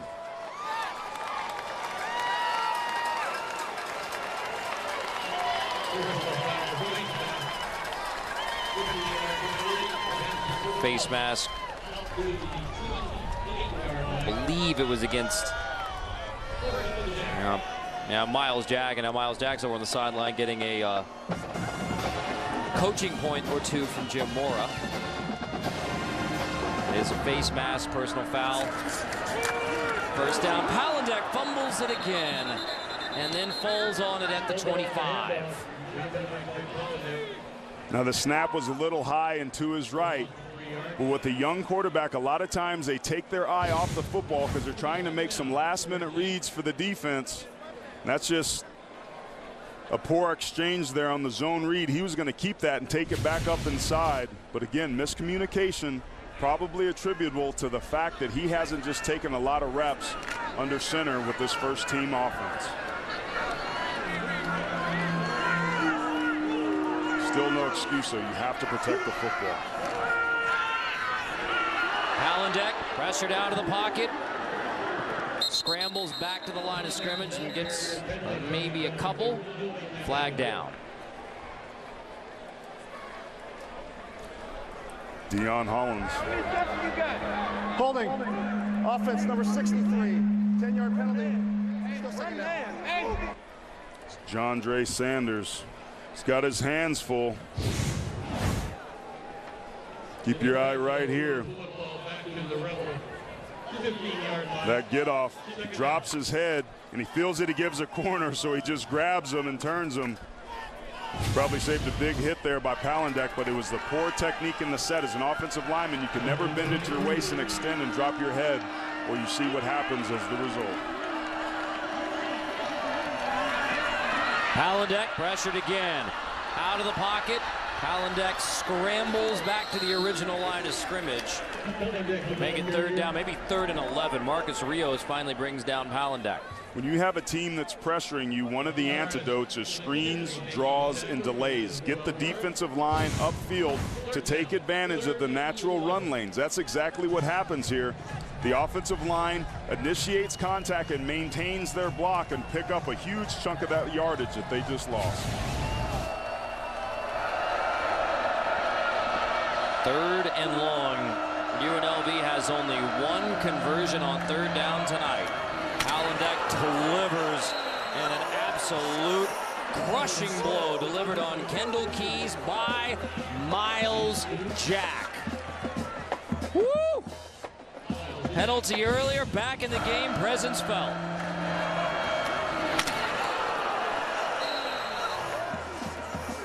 He's one of the surest tacklers in the country, and a reason why NFL scouts, even though he's a junior and they're not supposed to watch tape on him, really like this kid because he closes on the football with such velocity. He was out on the hash and got there almost as soon as the football did. Jacked up. Oh, man. Yonker, another solid punt. Fuller, fair catch. Miles Jack and the Bruins, 24-0.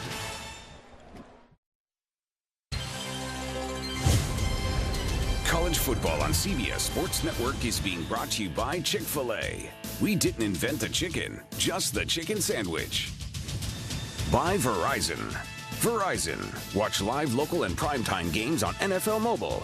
Included only on Verizon. And by Icy Hot Smart Relief TENS Therapy. Turn off pain. Speaking of lighting up Las Vegas, UCLA linebacker and everything else, Miles Jack showing up. One of your top linebackers. Well, I think the top linebacker in the country is Jalen Smith from Notre Dame. He's a do-everything guy. He can shock and shed at the point of attack against the run. Miles Jack is a great open field tackler. And then Leonard Floyd at Georgia still needs to get a little bit bigger, but he's somebody that can come off the edge that the NFL scouts would like. Josh Rosen hands off to Perkins. Let's go back to that huge hit from Miles Jack. The risk of getting too cheesy here. What about jumping Jack crash? No, you risked it. And you were too cheesy, yeah. You did it. Stilton. English blue.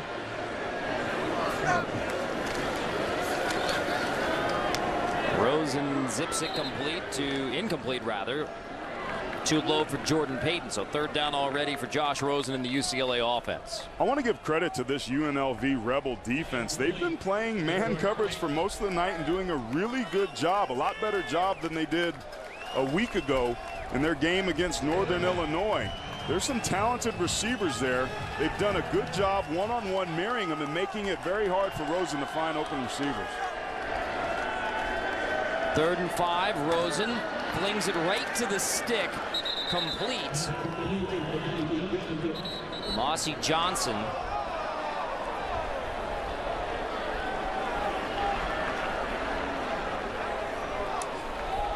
And it is complete to Mossy Johnson, so forward progress gives him the 1st down.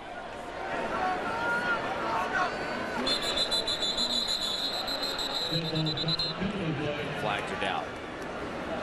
I don't think that they were set.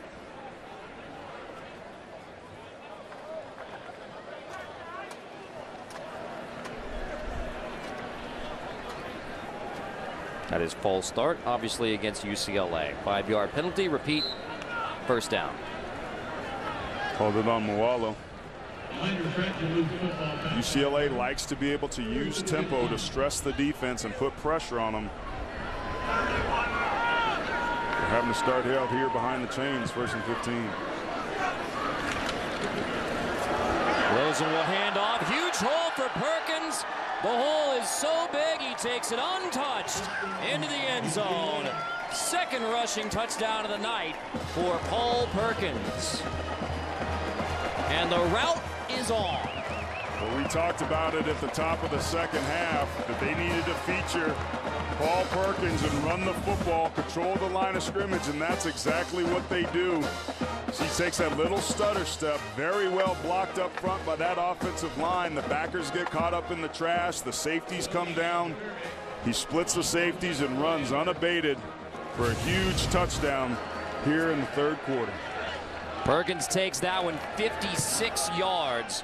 So after a slow start, only 59 yards a week ago, Perkins tonight 18 carries, 151 yards. One short touchdown and one long one, all UCLA.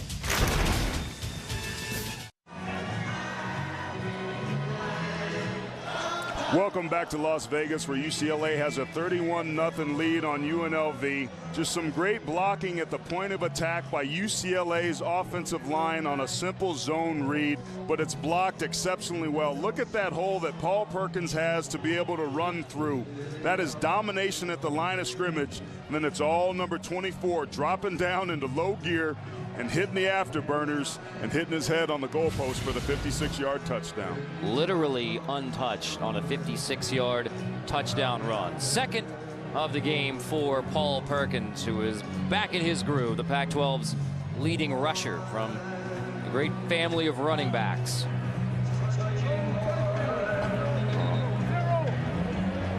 The Bruin fans getting into Sweet Caroline. What's not to enjoy?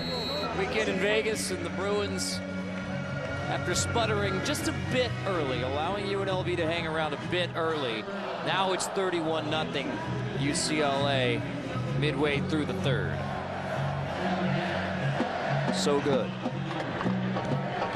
was a 15-yard penalty against UNLV that brought that kickoff out of the 50, so an easy touchback. Well, in the fraternity of UCLA quarterbacks, remember Troy Aikman, who transferred from Oklahoma when Jamel Holloway beat him out at OU, then came to UCLA. 20-4 overall, Pac-10 Offensive Player of the Year as a junior, Davey O'Brien Award winner as a senior, College Football Hall of Fame, and then, of course, 3-time Super Bowl champion with the Cowboys, home of Super Bowl 50, CBS Sports this February. And there's a Troy Aikman jersey in the stands. Nice piece in the LA Times this week about how Josh Rosen was impressing those members of the UCLA quarterback fraternity after 1 week. Guys like Troy Aikman, Rick Neuheisel, David Norrie, Brett Hundley. That impressive debut for Rosen. Well, he's going to have some things to work on this game. But again, his skill set and the nuances and his understanding of the position is usually something that you don't see until guys are juniors or seniors. Kurt Palandak hands off to Lexington Thomas. It'll be 3rd and short for the Rebels as the Bruins rally to the football. Mention our colleague Rick Neuheisel, the last head coach at UCLA, and his son Jerry Neuheisel. I anticipate we'll probably see Jerry Neuheisel at some point in this second half, quarterback for the Bruins. I would anticipate the same thing. He's chomping at the bit. He's a competitive guy, a lot like his father. Remember what he did against Texas a year ago. In relief of Hundley. Yeah, he's a good player that you never know what's going to happen. We saw some big quarterbacks go down today, most notably for Notre Dame. Jerry Neuheisel's done a good job batting relief for this team and showing up when they needed him most. There's something to be said about a guy that you can trust in the crunch to step up and get a win for your team. And that's exactly what that young man did a year ago, and it's what he'll do again if he's called upon this season. UNLV picks up the first down with Naufahu, the fullback, stretching across the 35. Palandek on the keeper. It's going to be a big question for UNLV. There's still a lot of time to go in this game, but the question about Blake Decker, the senior who was injured, Tony Sanchez told Jenny it was a hamstring injury at the end of the first quarter. So if and when Blake Decker back on the field for UNLV, that's going to go a long way in determining how much the Rebels can improve in 2015. And the good news is you can recover relatively quickly from a hamstring in most cases. Big pop by Keith Whiteley as the Bruin helmet comes flying off. Fabian Moreau there on the stop, and he does some talking to Whiteley. I love that UCLA feels the need to be able to talk some junk, but I also love that UNLV's not backing down at all. I think already we're seeing the effect of Tony Sanchez on this team. These dudes are playing with a little bit of a chip on their shoulder.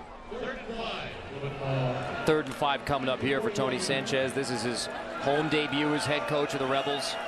6 straight state titles with Bishop Gorman High School.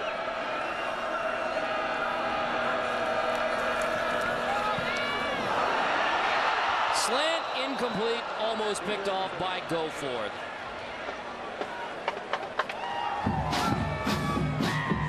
UNLV got lucky there in UCLA. That ball showed up so quickly. Just kind of stares down his receiver. Good coverage that time. But Randall Goforth just can't come down with the football. But I think the limited passing game of UNLV is pretty well defined, and probably pretty good reason why Palandek is used as the running option. My guess is moving forward, if he's going to be the guy going, they're going to have to work on his ability to be able to throw the football, because UNLV is really limited right now.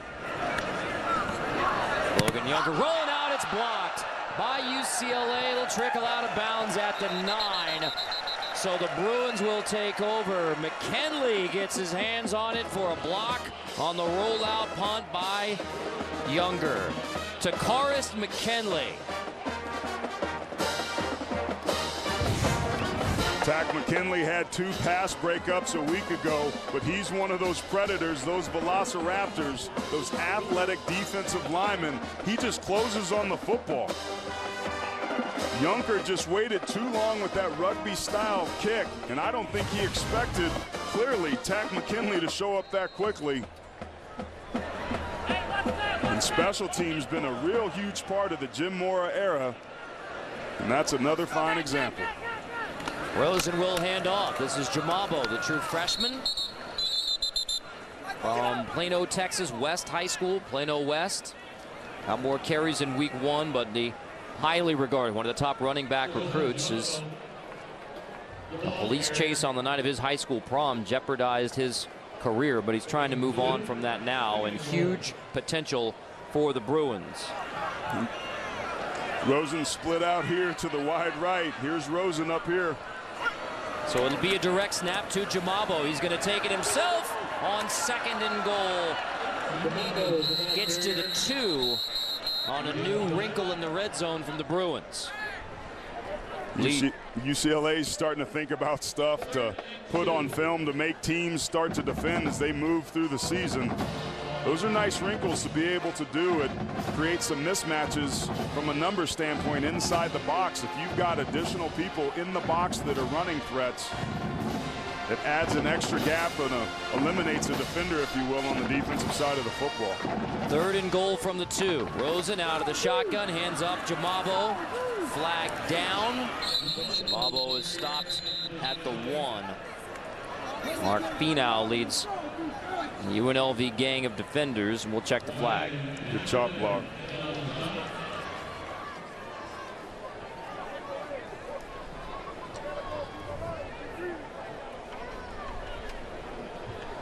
Kevin Marr.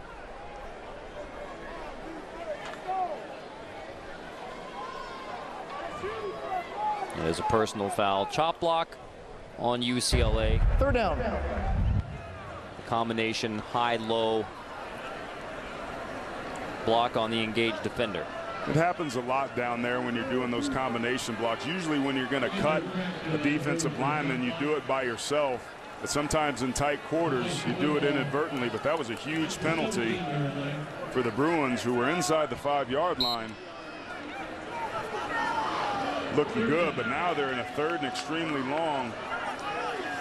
You get to see an opportunity of maybe Josh Rosen's ability to throw a fade pattern.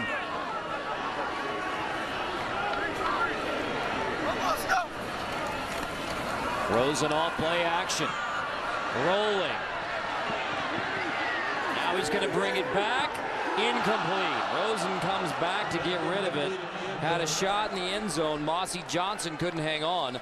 Sonny Sunatoa brings the pressure on Rosen. You see Rosen, he's scanning the field, staying very calm. Sets up, stops his feet, fires it backside. One of the UNLV defenders almost gets a hand on it. But you got to be careful, Josh Rosen. You're getting better competition against better defenses. That could have been an interception. Sometimes you see younger quarterbacks that have too much confidence in their arm strength make mistakes. That's going to be one that he's going to definitely take a look at. 35-yarder from Fairbairn is good. 34-0 UCLA. You know all about Josh Rosen, the quarterback, but what about his other sport? Welcome back to Sam Boyd Stadium. UCLA up 34-zip. Now, I'm all for a good nickname. How about the Rosen one? That is what they are calling Josh Rosen. And many people are saying that his drive comes from his upbringing. He is the middle son of two Ivy League educated parents. As we take a look at our Icy Hot player profile, Rosen clearly excelling in academics and football, but well-rounded. Look at that. At age 12, he was ranked in the top 50 in the U.S. in his age group in tennis. Guys, Coach Moore believes Rosen's success in tennis transfers over to playing football, saying you have to be able to move from moment to moment and keep your wits about you. Thank you, Jenny. Our excellent book by our colleague Bruce Feldman, The QB, talked about how Josh Rosen, when some of those things translated from tennis over to football, but said he just kind of got to that point after all the competitive tennis was burned out. And so said, I think football is going to be fun. And here he is as an 18-year-old true freshman starting quarterback and one of the emerging stars in college football in 2015. Jenny told you about his parents, Charles and Elizabeth, both Ivy League educated from prominent families, and they were also both competitive ice dancers. So competition through many different sports runs through the Rosen family. On the return, Lexington Thomas to near the 17-yard line. There is a flag down. Ice dancing's a sport? Yes.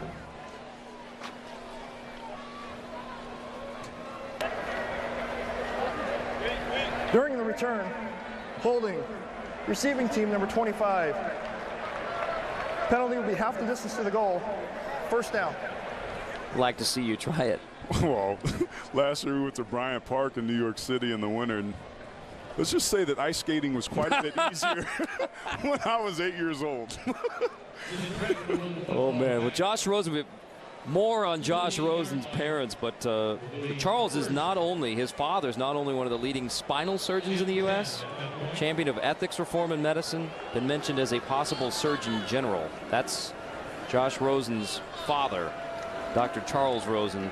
And the Rosen family lives not far from the Moore family in Manhattan Beach, California, and Los Angeles area. Kids are friends, so Jim Moore, when you talk about recruiting and this all-everything quarterback, I mean, he said it was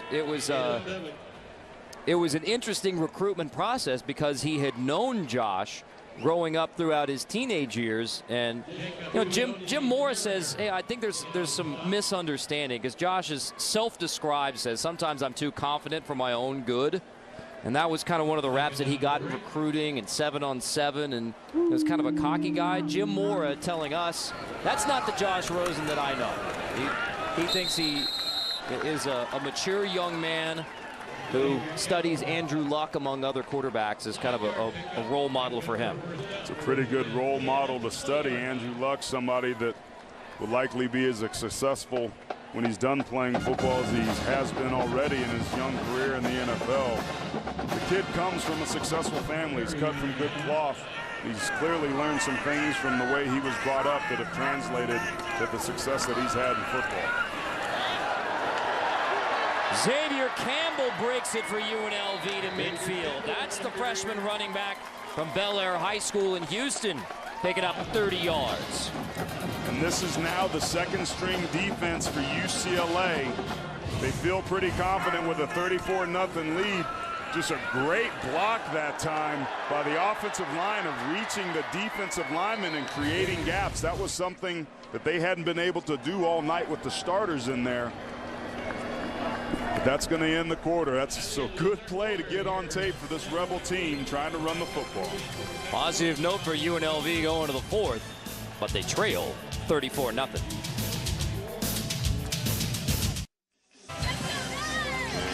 Let's check in with our Chick-fil-A fan cam here at Sam Boyd Stadium. The first meeting between the Bruins and the Rebels. A lot of UCLA fans making the trip over to Las Vegas. Why not? You get a weekend in Vegas, hang out at the pool, and then when the sun goes down and the temperatures slip into the mid-90s, check out a football game and watch the Bruins. And as we go to the fourth, it is UCLA 34-0 on the UNLV Rebels. Carter Blackburn, Aaron Taylor, Jenny Dell. Big run for UNLV on the last play of the third quarter. So at midfield for Kurt Palandek, the sophomore from Plainfield, Illinois, quarterbacking UNLV. Lexington Thomas has dropped for a loss. I'll mention the good crowd here with a lot of UCLA fans in attendance. Over 31,000 here at Sam Boyd Stadium. That's the largest crowd since 2008. So it's the UNLV home opener. Tony Sanchez, who has a lot of support from Las Vegas after his terrific career at Bishop Gorman High School. So both UNLV fans and UCLA fans turning out.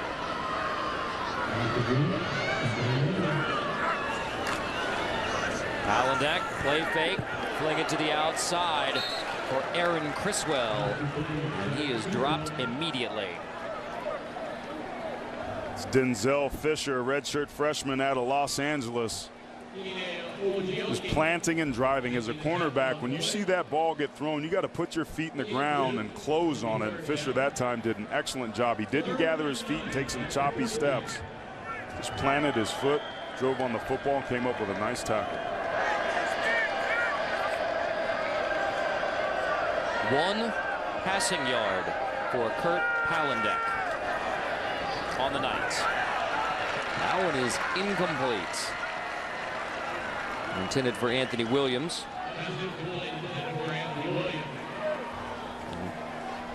Brown knocks it away. That's Jayon Brown. And the frustrating night for Kurt Palandek and the UNLV offense continues. Wonder if we're going to see a Jerry Neuheisel sighting, Carter.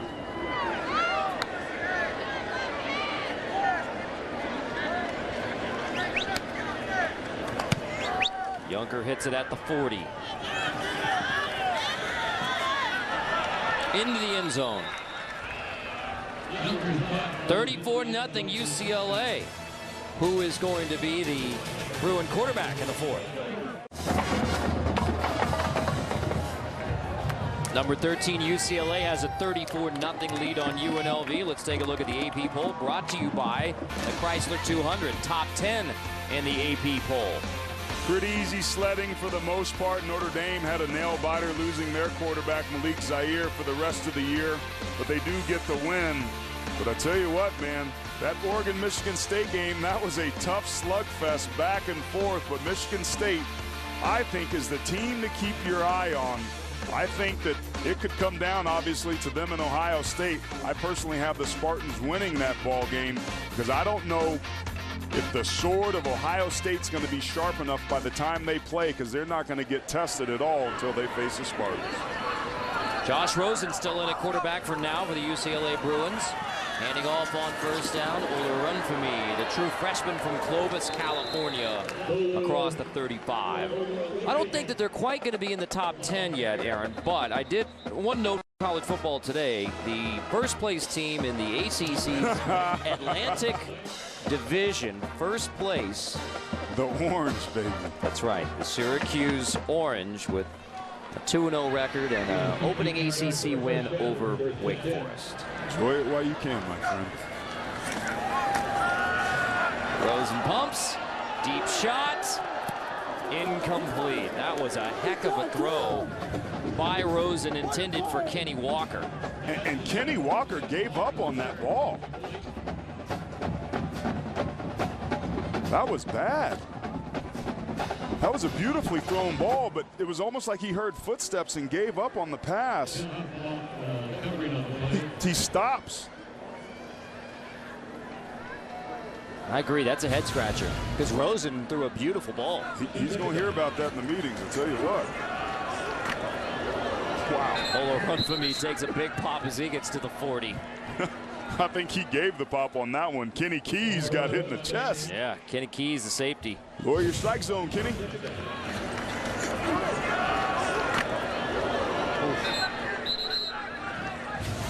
You're right. Low man wins, right? Hammer and nail. Football's a game of leverage. 3rd and 5 for Rosen and the Bruins. Josh Rosen pumps over the middle. That is caught for a first down for UCLA. That's Darren Andrews who makes the grab. Keep your eye on Josh Rosen. He's going to scan the field. He wants to go left with the check down, but he comes back all the way backside to his 3rd read. Just showing again his tremendous ability to be able to scan the field. Finds Andrews late for the big pickup. High snap, swing it incomplete. That is an incomplete pass. Close to a lateral, but just ahead. Intended again for Darren Andrews. Typically, you see younger receivers, Carter, lock on to their primary reads. It's rare to see them go through progressions like we saw Rosen do on that last ball. He's got a pretty firm grasp of this offense already through 2 weeks. And I noticed some similarities with that high school film we showed earlier and the similar route concepts of what he's running here at UCLA, so he probably picked it up pretty quick. Fuller run for me, takes it again, trips as he gets across the 35. It'll be 3rd down again. UCLA having a lot of success running that play off tackle there. Their guards are doing a good job of blocking the defensive linemen that are over them and doing well enough to work up on combination blocks to be able to get the linebackers to keep them from scraping, getting huge gains typically when they run that play. 3rd and 6, Rosen chase, dumps it. Ola run from me, makes the grab and picks up the first down, delivering a couple more blows as he takes it inside the 30. That time, Matt Lee comes on the blitz from that linebacker position. A lot of times you think about quarterbacks and mobility being the Russell Wilson type quarterback, but Rosen showed great mobility to extend the play inside the pocket and deliver a first down. Jamabo takes it there. You know, after that week 1 performance by Josh Rosen, a lot of people were saying this guy, even as an 18-year-old true freshman, could be a Heisman contender. Well, give Miles Jack credit. This was before the season began, telling Sports Illustrated's Inside Read, don't be surprised if Josh wins the Heisman. I believe in Josh. Josh is going to be great. Nobody needs to worry about Josh. That was before the dazzling opening performance from Josh Rosen. And that one's incomplete as Andrews takes the big pop. That was Miles Jack really going to bat for his teammate before the season even kicked off. That's high praise for one of the leaders on this team on the other side of the football about a true freshman quarterback. But remember, Miles Jack sees him in practice every day and probably has felt the wrath of his good decision-making, strong arm, and accuracy. And I think the UCLA team was well aware of the potential of Josh Rosen from the get-go. 223 passing yards tonight. Rosen bidding for his 2nd touchdown. It's incomplete. Yese, the intended receiver, in the end zone. Jack and Rosen, you can make an argument if you're the Heisman Trophy is supposed to go to the most outstanding player in college football. Miles Jack and Josh Rosen are 2 of the most outstanding players in college football. Remember Miles Jack's incredible freshman year as a running back and linebacker a couple years ago. Huge recruit out of Washington State. Fairbairn on for the 43-yarder.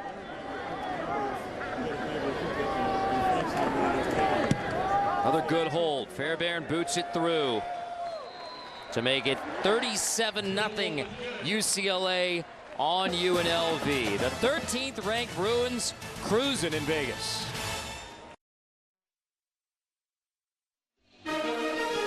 Thursday night football is back, and it kicks off on Thursday, CBS and NFL Network. Peyton Manning and the Broncos against the Chiefs, both looking for primetime magic. Football starts here Thursday nights on CBS and NFL Network. CBS Sports, the home of Super Bowl 50. Current Pac-12 teams, Alex Smith, they were in the Mountain West Conference when he was there, but Utah is now in the Pac-12. And how about Carson Palmer? Still a starting quarterback in the National Football League. Pretty amazing. He's had some lasting power in the NFL. Much longer than a lot of people gave him credit for, but that's a testament to who he is and how he works and how he shows up.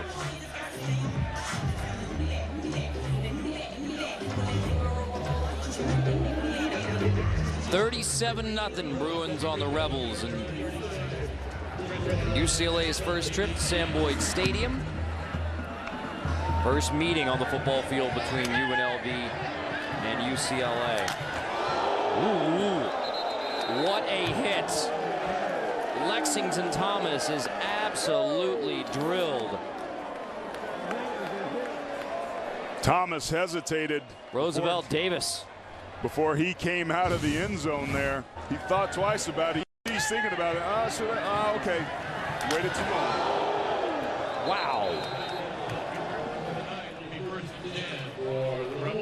Might reconsider the next time. Take a knee, partner. Wow. Instead of 1st and 10 at the 25, it's 1st and 10 at the 8 or the 9. Roosevelt Davis, who is from Lancaster, California.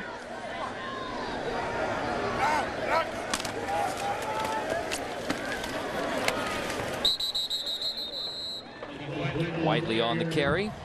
A 0 on the scoreboard for UNLV right now. The last time they were shut out at home, you have to go back to 2003 in a 7-0 game versus San Diego State. That was when John Robinson was the head coach of UNLV. They've only been shut out twice since then. Both were on the road. So trying to avoid the first home shutout since '03. Whiteley has room across the 30 as the UCLA defenders run into themselves. Whiteley takes it across midfield to boost the Rebels' efforts to get points on the board. There's just going to be a weak side zone where he's going to take the football, do a nice little hop there, cut against the grain, some poor angles, some keystone cops with UCLA guys bumping into each other. But look at this nice open field running. Safeties running across, taking poor angles, and Whiteley does the rest. Now remember, this is UCLA's second string defense, but the coaches don't care who's out there. They got to play it better than that. 41-yard gain. Now it's Xavier Campbell at running back across the 45. So it's UNLV's 1s right now against UCLA's 2s, including quarterback where Palandex had to go the stretch tonight because of the injury to Blake Decker. And they're moving the football largely without the ability to be able to throw it. And again, I can't say this enough. I know the scoreboard doesn't reflect it, but UNLV's played hard and they haven't given up at all. Their effort has been there from start to finish tonight.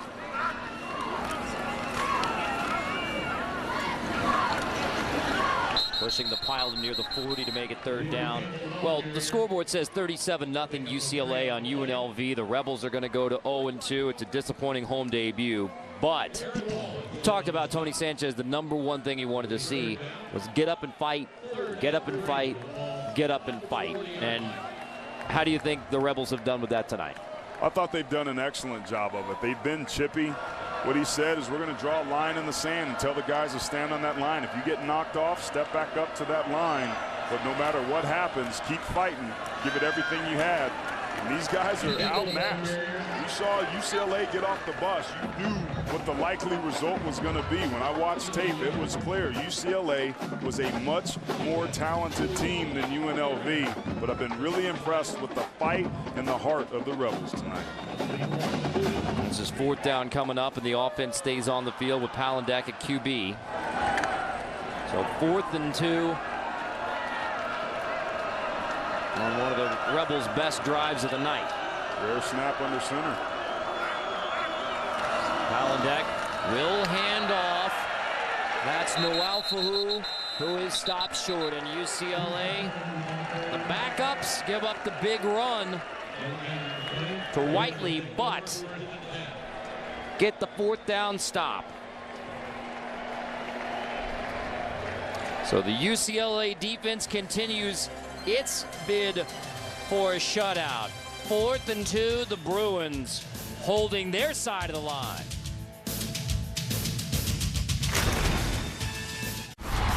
Brent Stover in New York. BYU with a Hail Mary to beat Nebraska last week. Now this week on a 4th and 7 under a minute to play, Tanner Mangum throws it up and Mitchell Juergens the catch. They added a pick 6. Carter, Aaron, and Jenny. BYU stuns Boise State 35-24. That will knock Boise State from the ranks of the ranked. They were the only non-Power 5 in the top 25. And tough week for the Mountain West against some difficult opponents, against the ranked opponents. 21 unanswered fourth quarter points by BYU, one of which was a pick 6. Jerry Neuheisel in at quarterback for UCLA. Handing off, and it's Orumfemi reversing field for a gain of 9 on 1st down. Jerry Neuheisel, the junior from Los Angeles, Loyola High School. Of course, probably know about his dad, Rick, the last UCLA head coach, our colleague at CBS Sports. Mother, Susan, also a UCLA alum. Neuheisel completes his first pass of 2015, his first completion. That goes to Alex Van Dyke.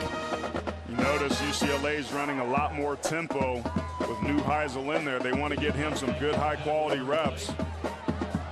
What that offense could be, where he'd need to come in there.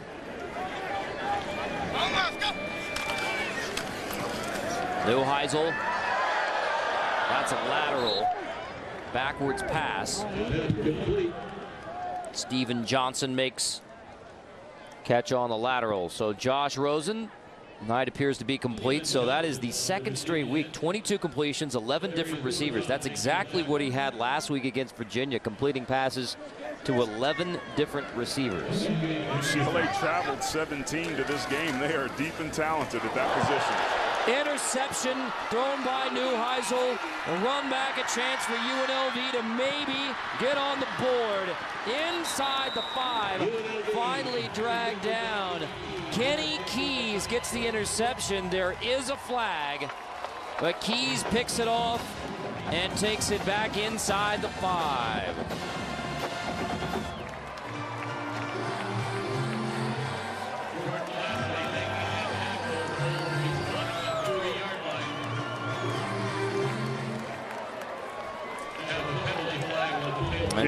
Yep, the officials huddle to discuss that one. Kenny Keys just broke on the football. A little bit of telegraphed off that play action.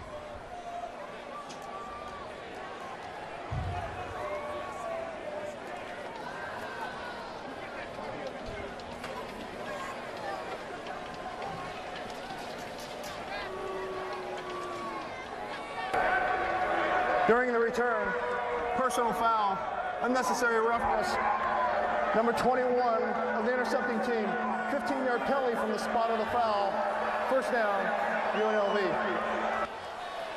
And that's going to bring it all the way back to the 41. That's a huge, costly penalty. Here's Keys right here. He's just going to break on the football first. But this football's got to either come out sooner or not be thrown. The receiver had to wait on it. Neuheisel telegraphed it, and Keys took care of the rest. It's an unfortunate mistake. But a good heads-up play that time by the safety, Kenny Keys. So Keys takes it back inside the 5, but because of the 15-yard penalty from the spot of the foul all the way back out to the 41, Palandek scrambling again, heaving again, and it's incomplete, intended for Devontae Boyd, out of bounds. Aaron Wallace there in coverage. Aaron Wallace with the pressure, rather. Palandek's got to be careful with the football. It's just not 3 flies up. That was a game we used to play in the street as kids, where you throw the football as high as you could. Whoever was the first to catch it 3 times got the football. That's what some of his passes tonight have reminded me of. What was it called again? 3 flies up. Come on, tell me you played that, at least in baseball. No, 3 flies up is in the rotation. That's Whiteley on the carry to the 35 for UNLV.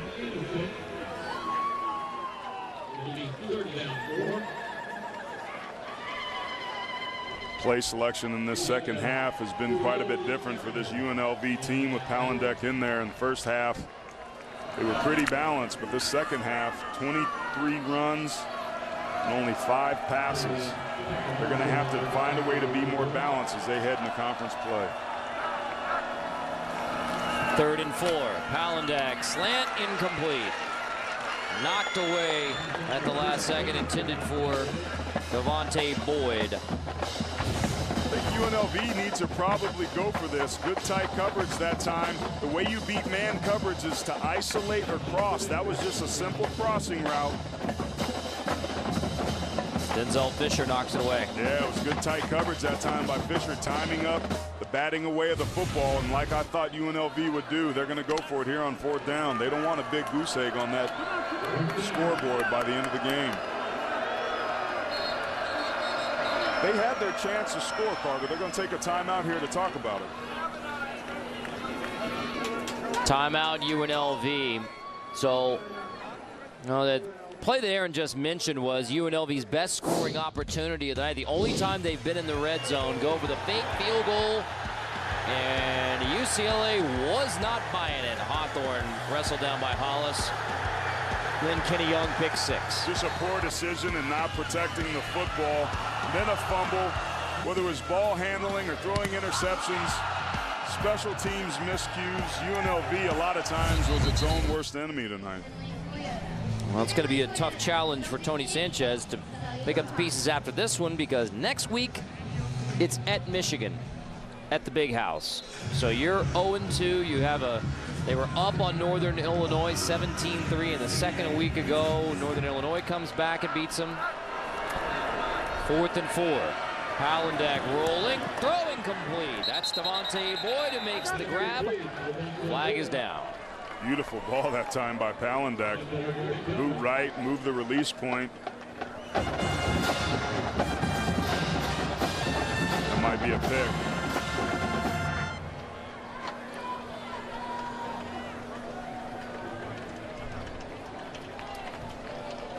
Nope.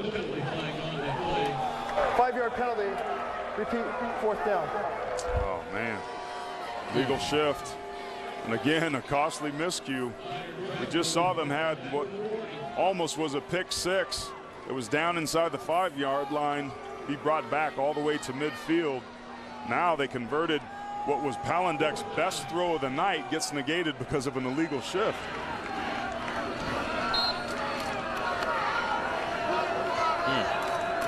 Bringing it back to 4th and 9.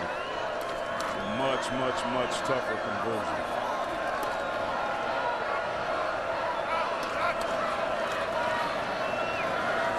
Time to throw. Palandek dragging Devontae Boyd, and he is wrestled down as soon as Devontae Boyd makes the grab. And there is another flag.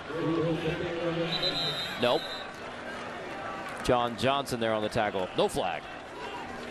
UCLA comes up with another 4th down stop. They're in command. College football on CBS Sports Network is being brought to you by Avocados from Mexico. Fresh all year long. By Kubota. For Earth, for life.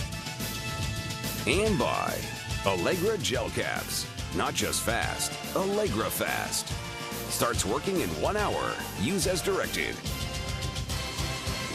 East of the Strip in Las Vegas, Nevada, it has been a good trip for the UCLA Bruins. Up 37-0. UNLV had an interception and a chance to score on the last trip. Gary Neuheisel's pass is incomplete. Off the hands of Nate Starks. Interested to see what type of competitive toughness and poise Jerry Neuheisel has after throwing that interception. The first pass a little off target there. My guess is he'll settle down here, throw some high percentage passes, start moving the chains. Will run for me straight ahead across midfield. A true freshman getting some good reps tonight in Las Vegas. One of those two true freshman running backs. You have Soso Damabo and Bolo Olorunfemi. Both getting reps behind Perkins and Starks.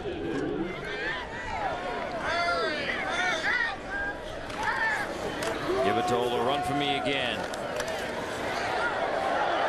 Shedding tacklers, taking a pop as he gets near the first down. Olorunfemi, tough running. Kenny Keys lays the hit. And it looks like Kemble Jensen slow getting up. UNLV having trouble bringing down a lot of the runners tonight. Physical hit there by Keys. A lot of first contact and arm tackles getting broken tonight on this UNLV Rebel defense.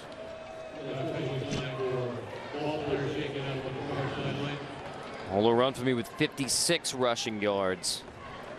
A true freshman from Clovis, California's North High School. Kemble Jensen being helped from one side of the field to the other. All right, Aaron, for UCLA, we're going to go to 2-0. The win over Virginia at home in the Rose Bowl. They win the road opener, so the Bruins will be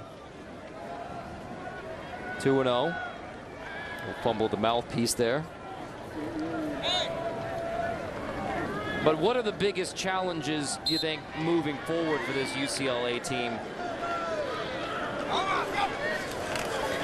as they move towards the Pac-12? As Neuheisel completes it on the outside, sprinting for another UCLA first down. So what are those challenges? What do you think the biggest challenges ahead are for UCLA?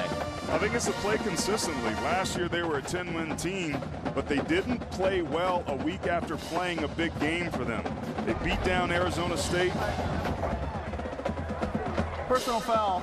Offense number 71. Unnecessary roughness. 15-yard penalty. First down.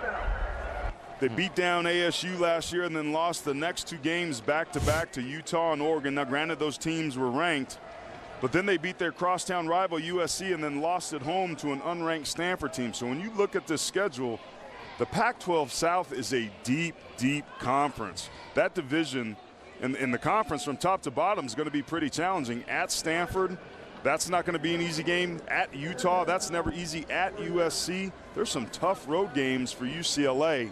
But they've got time to bring their quarterback along, get that offensive line going, rely on Paul Perkins to keep things going, and get some of the depth on that defensive side, even more reps. But I'm telling you, if they can get some consistent play out of the quarterback position, this team has a chance to go really, really deep for the Pac-12 title this year. So Pac-12 South, I mean, you would have said a week ago, in fact, I believe you did say a week ago. Whoa, whoa, whoa. You talking about Arizona State and Cal Poly right now? Inside College Football will have a very important update on Arizona State and Cal Poly. They are locked in a tight one right now in the fourth after Arizona State's opening loss to Texas A&M. But, well, UCLA is going to get the most dramatic team in college football, those BYU Cougars at home with the Rose Bowl. That pass is incomplete. After the the Hail Mary win a week ago for BYU, and then a come-from-behind win against Boise State. That's the next opponent for the UCLA Bruins before they open up the Pac-12 schedule at Arizona, whom you saw beat Nevada earlier tonight on CBS Sports Network. UCLA's got a pretty good defensive backfield. Is it going to be 3 Hail Marys in a row? Neuheisel's knocked away, intercepted again.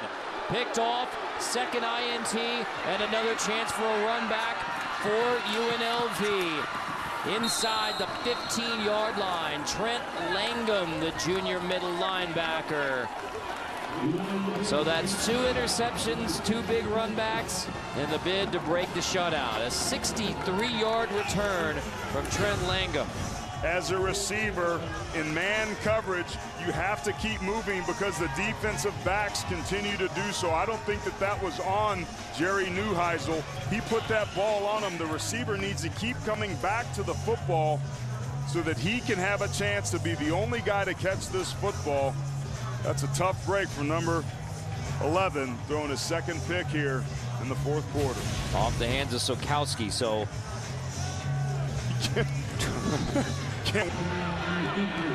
and now another chance for UNLV to try and avoid the first home shutout since 2003. Handoff on first down to Whiteley. So Aaron Wallace there on the stop. So Tony Sanchez in the home debut trying to avoid the first shutout at Sam Boyd Stadium for the Rebels since John Robinson's team in 2003 lost a game 7-0 to San Diego State. They had their opportunity here earlier. If it gets to 4th down here, I would kick the field goal, get that goose egg off the scoreboard. Palandek to the end zone, incomplete.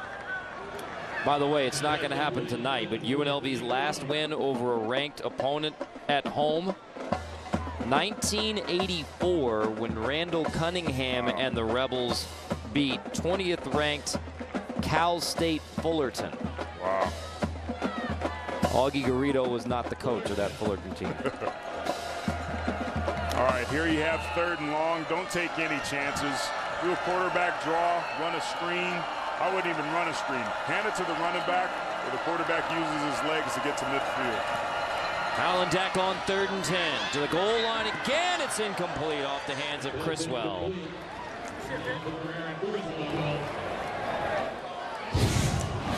Again, pretty decent protection this time. Stares down the receiver, puts the football up, but the receiver just turns, loses sight of the football. I would have preferred on that play before to get the football to the middle of the field, because at this angle, this is a tough angle on the field goal kicker, being this close on the 15-yard line. But I like it here. Trying to get that goose egg off in this game with something positive. I like this decision. Bornan from 32 yards. No more 0 on the scoreboard for UNLV. So the interception turns into the first points of the night for the Rebels. Bornan boots it through. There was a fake field goal the first trip to the red zone for UNLV. On the second trip, Bornan's 32-yarder at least puts UNLV on the board. They avoid the shutout.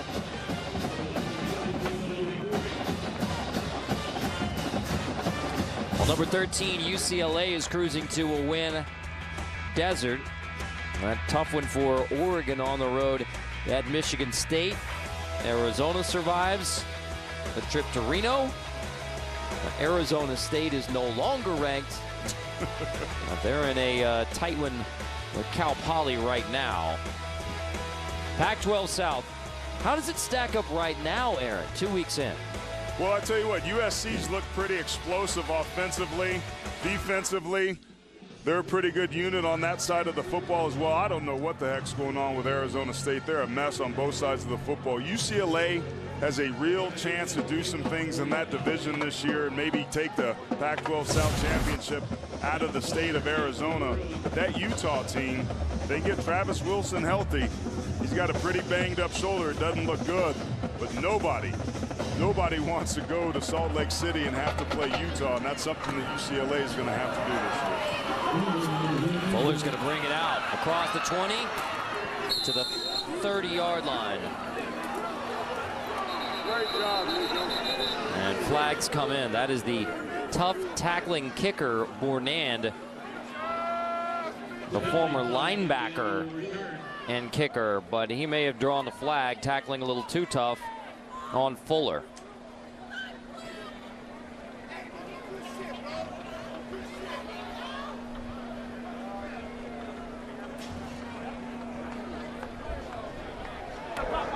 After the play was over, personal foul, kicking team number 40, 15-yard penalty will be added to the end of the run. First down. Well, Bournand's a tough tackler on the kickoffs as the kicker, but too tough this time, out of bounds on Fuller. You love the toughness, but the foolish penalties you could probably do without. But again, I think something that I've noticed differently tonight about this UNLV team, with the game well out of hand, these guys are still playing hard. They're still flying around to the football. They're still doing the best they can. And because of that, I'm encouraged for what this program has a chance to do.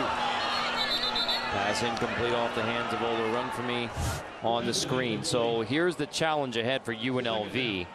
You're going to be 0-2 after this one. Then it's at Michigan. So you're staring 0-3, most likely, coming home to play Idaho State, and then open up the Mountain West with a rivalry game at Nevada. Well, you look at that non-conference slate up at the top. Nobody did them any favors with the scheduling gods, if you will. But still, they have a chance to be able to get in the conference play. Is this team good enough to be a bowl team? Probably not this year. It'll be a 3 or 4 year process to rebuild it.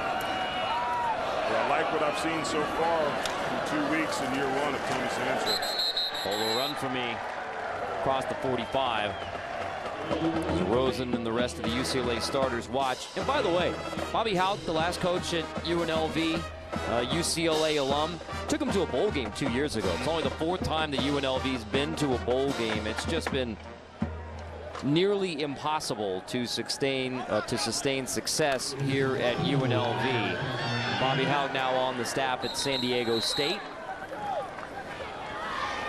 Well, to change a program, the first thing you have to do is come in and change the culture. You have to give it your own identity, probably get rid of some riffraff, but then you have to develop the guys that you already have on your roster, and that's strength and conditioning, teaching guys how to work to the level of what your expectation is. Neuheisel throwing, it's incomplete. Beautiful ball there that got dropped again by Jerry Neuheisel. That was perfect location. His receivers aren't helping them out at all. But after the strength and conditioning, then it's a recruiting trail. You got to get new bodies and new guys. I mean, the closest schools to UNLV that they're competing with are USC and UCLA. That's not an easy task. And I think the final piece is you have to try and somehow compete in the arms race for facilities. That's something that a lot of people here locally are encouraged with Tony Sanchez's ties to various people and different business endeavors here in Las Vegas area, to maybe get some of those donations. We saw some of the changes they've made with the field and the playing surface. 4th and short. UCLA runs it to try and run out the clock, getting across the 25-yard line. Tony Sanchez talked about how in his life early on, he was a wide receiver in high school, recruited by a lot of schools, including Pac-10 schools, but went to Laney Junior College. Now they keep on fighting, and that's what's required here for the Rebels. UCLA passing in the last minute and a half. Probably want to get the young backup quarterback some reps. These are, the game's well out of hand, but this is good experience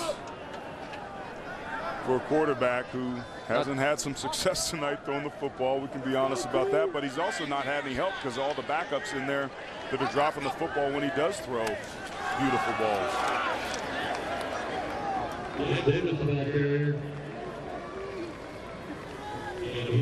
Roosevelt Davis gets the carry. 1 minute to go with UCLA up 34 points. Still running hurry up with a 37-3 lead. I mean, this is a point where you could get people hurt. And there was almost somebody that got hurt. In fact, there is a UCLA player hurt on that last play. There's a UCLA player hurt in a 37-3 game as they continue to run hurry up. That's Tabita Halililo. Freshman lineman, the coaches said that they wanted to get a chance to take a look at. But he gets undercut from the backside, to your point, Carter. Taking unnecessary risks, and Halililo's a player that's already been battling some injuries here through camp. UCLA has an opportunity to run the football, run the clock. Going hurry up, passing.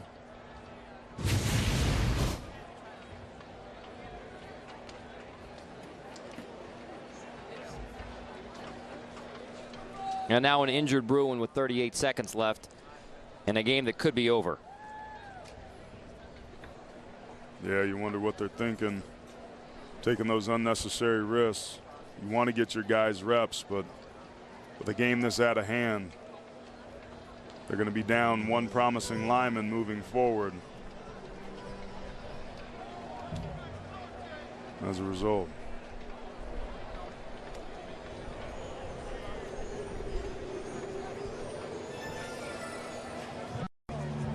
UCLA not even seeking to bleed clock on this last drive. Running hurry up. And now an injured Bruin with 38 seconds left in a 37-3 game in the fourth quarter.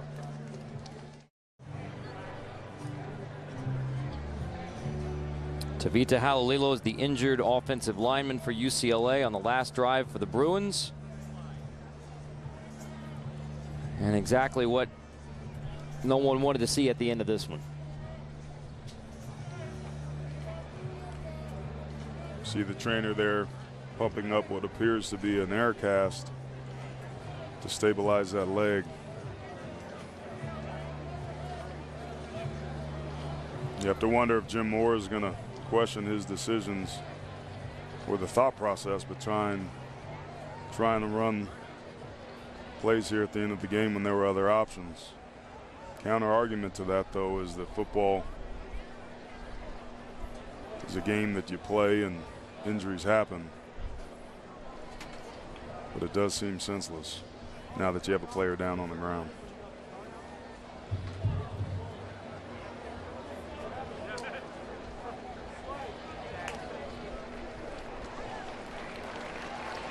Hopefully Havalilo's okay.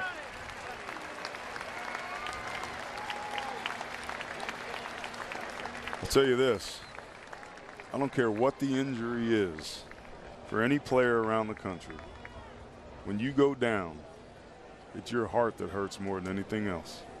The emotional pain of all your hard work and everything that you put in, not knowing whether or not you're going to get to do that or not, that is by far worse than the pain of any injury I've ever felt anyway. A lot of the guys I played with say the same thing. It's part of the game, but it's not a fun part.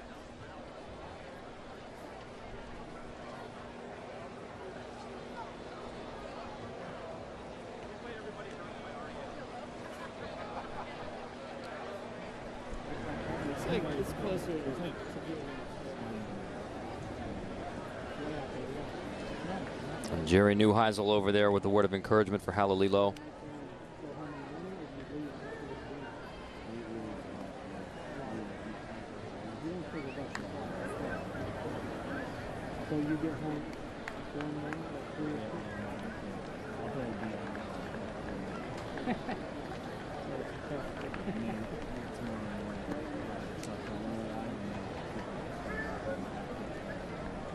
Air cast on the right leg for Halililo in 38 seconds and a 34-point game. An injured Bruin being carted off. Look at that leadership of Jerry Neuheisel right there.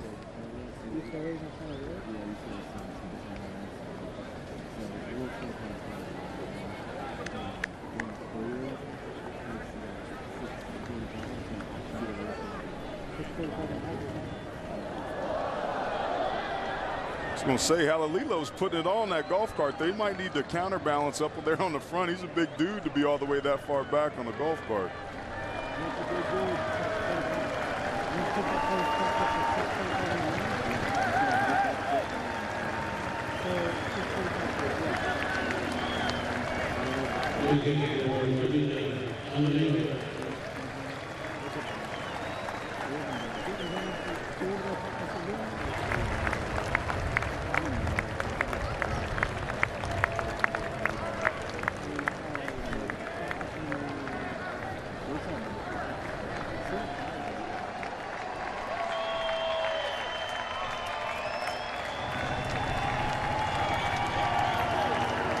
Halililo carted off.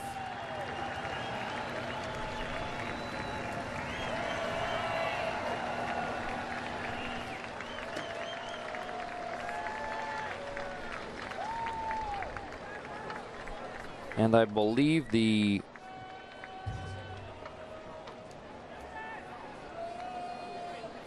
referee, Kevin Marr, is coming over to the sideline.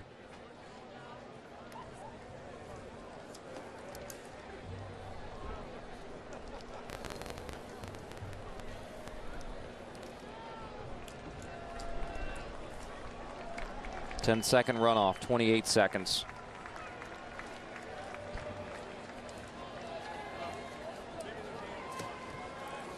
And a 37-3 game.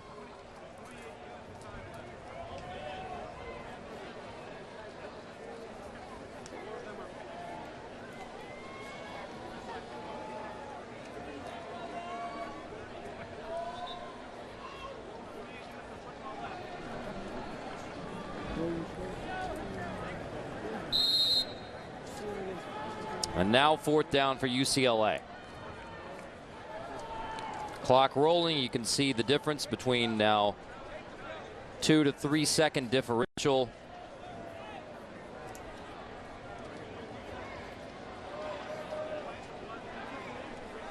Just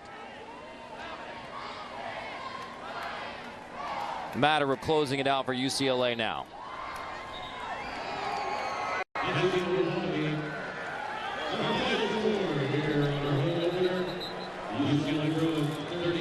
Now zeros on the clock, but there's the penalty flag for delay of game. There's going to be a change of possession. UNLV will have it with 2 seconds.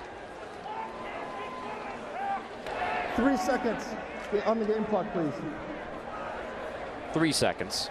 It will still be fourth down. This is the final play.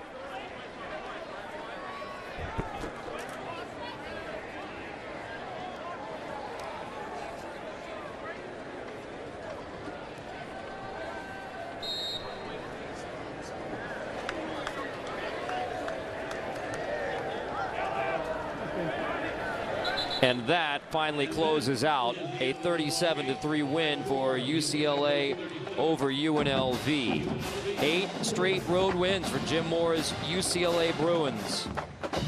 So the first meeting on the football field between the Rebels and the Bruins goes to UCLA 37-3. Josh Rosen there to shake hands with Tony Sanchez as well. So Rosen with a touchdown pass tonight. 233 passing yards for Rosen in the game. But Paul Perkins is our Advocare champion of the game. Paul Perkins, Pac-12's leading rusher from a year ago with a pair of touchdowns tonight. Love Perkins' ability to run the football. He's a tough physical runner, but also has the ability to make people miss in space, and he's also got that high-end gear that once he gets to the second level, he can make you pay. What a tremendous night for Paul Perkins on the ground. Averaging over 8 yards a carry, 151 rushing yards for Paul Perkins. After only 59 yards versus Virginia a week ago, Perkins is able to bounce back in game number 2, first road game of the year for the UCLA Bruins. And it goes 37-3, UCLA over UNLV, with Paul Perkins leading the way. Paul Perkins is with Ginny Dell. Paul, 151 yards, 2 touchdowns. How do you evaluate your performance tonight? Man, I really just based it off of the O-line, man. They had a great game today. I'm just really happy for them. Josh Rosen, I mean, outstanding performance once again from him. What impresses you most about the freshman quarterback? I think his poise in the pocket. I mean, his command on the field and his leadership is it's really outstanding for a freshman. 38 seconds left to go. Halalilu goes down. What's it like as a player watching one of your teammates get injured? Oh, it's never good when anybody gets injured, either side of the ball. So, I mean, it's a loss. Hopefully he's okay. So we'll just go in the locker room and pray for him. Congratulations on the win. Thank you very much. Paul Perkins and the UCLA Bruins come to Las Vegas and win it 37-3 over UNLV. Well, number 13 UCLA 2-0 with a win tonight over the Rebels. For Aaron Taylor, Ginny Dell, our entire crew, I'm Carter Blackburn. This has been a presentation of CBS Sports Network, the 24-hour home of CBS Sports. So long from Las Vegas. Now we take you back to our New York studio inside college football. Brent Stover, Christian Fourier standing by. A full recap of the college football day.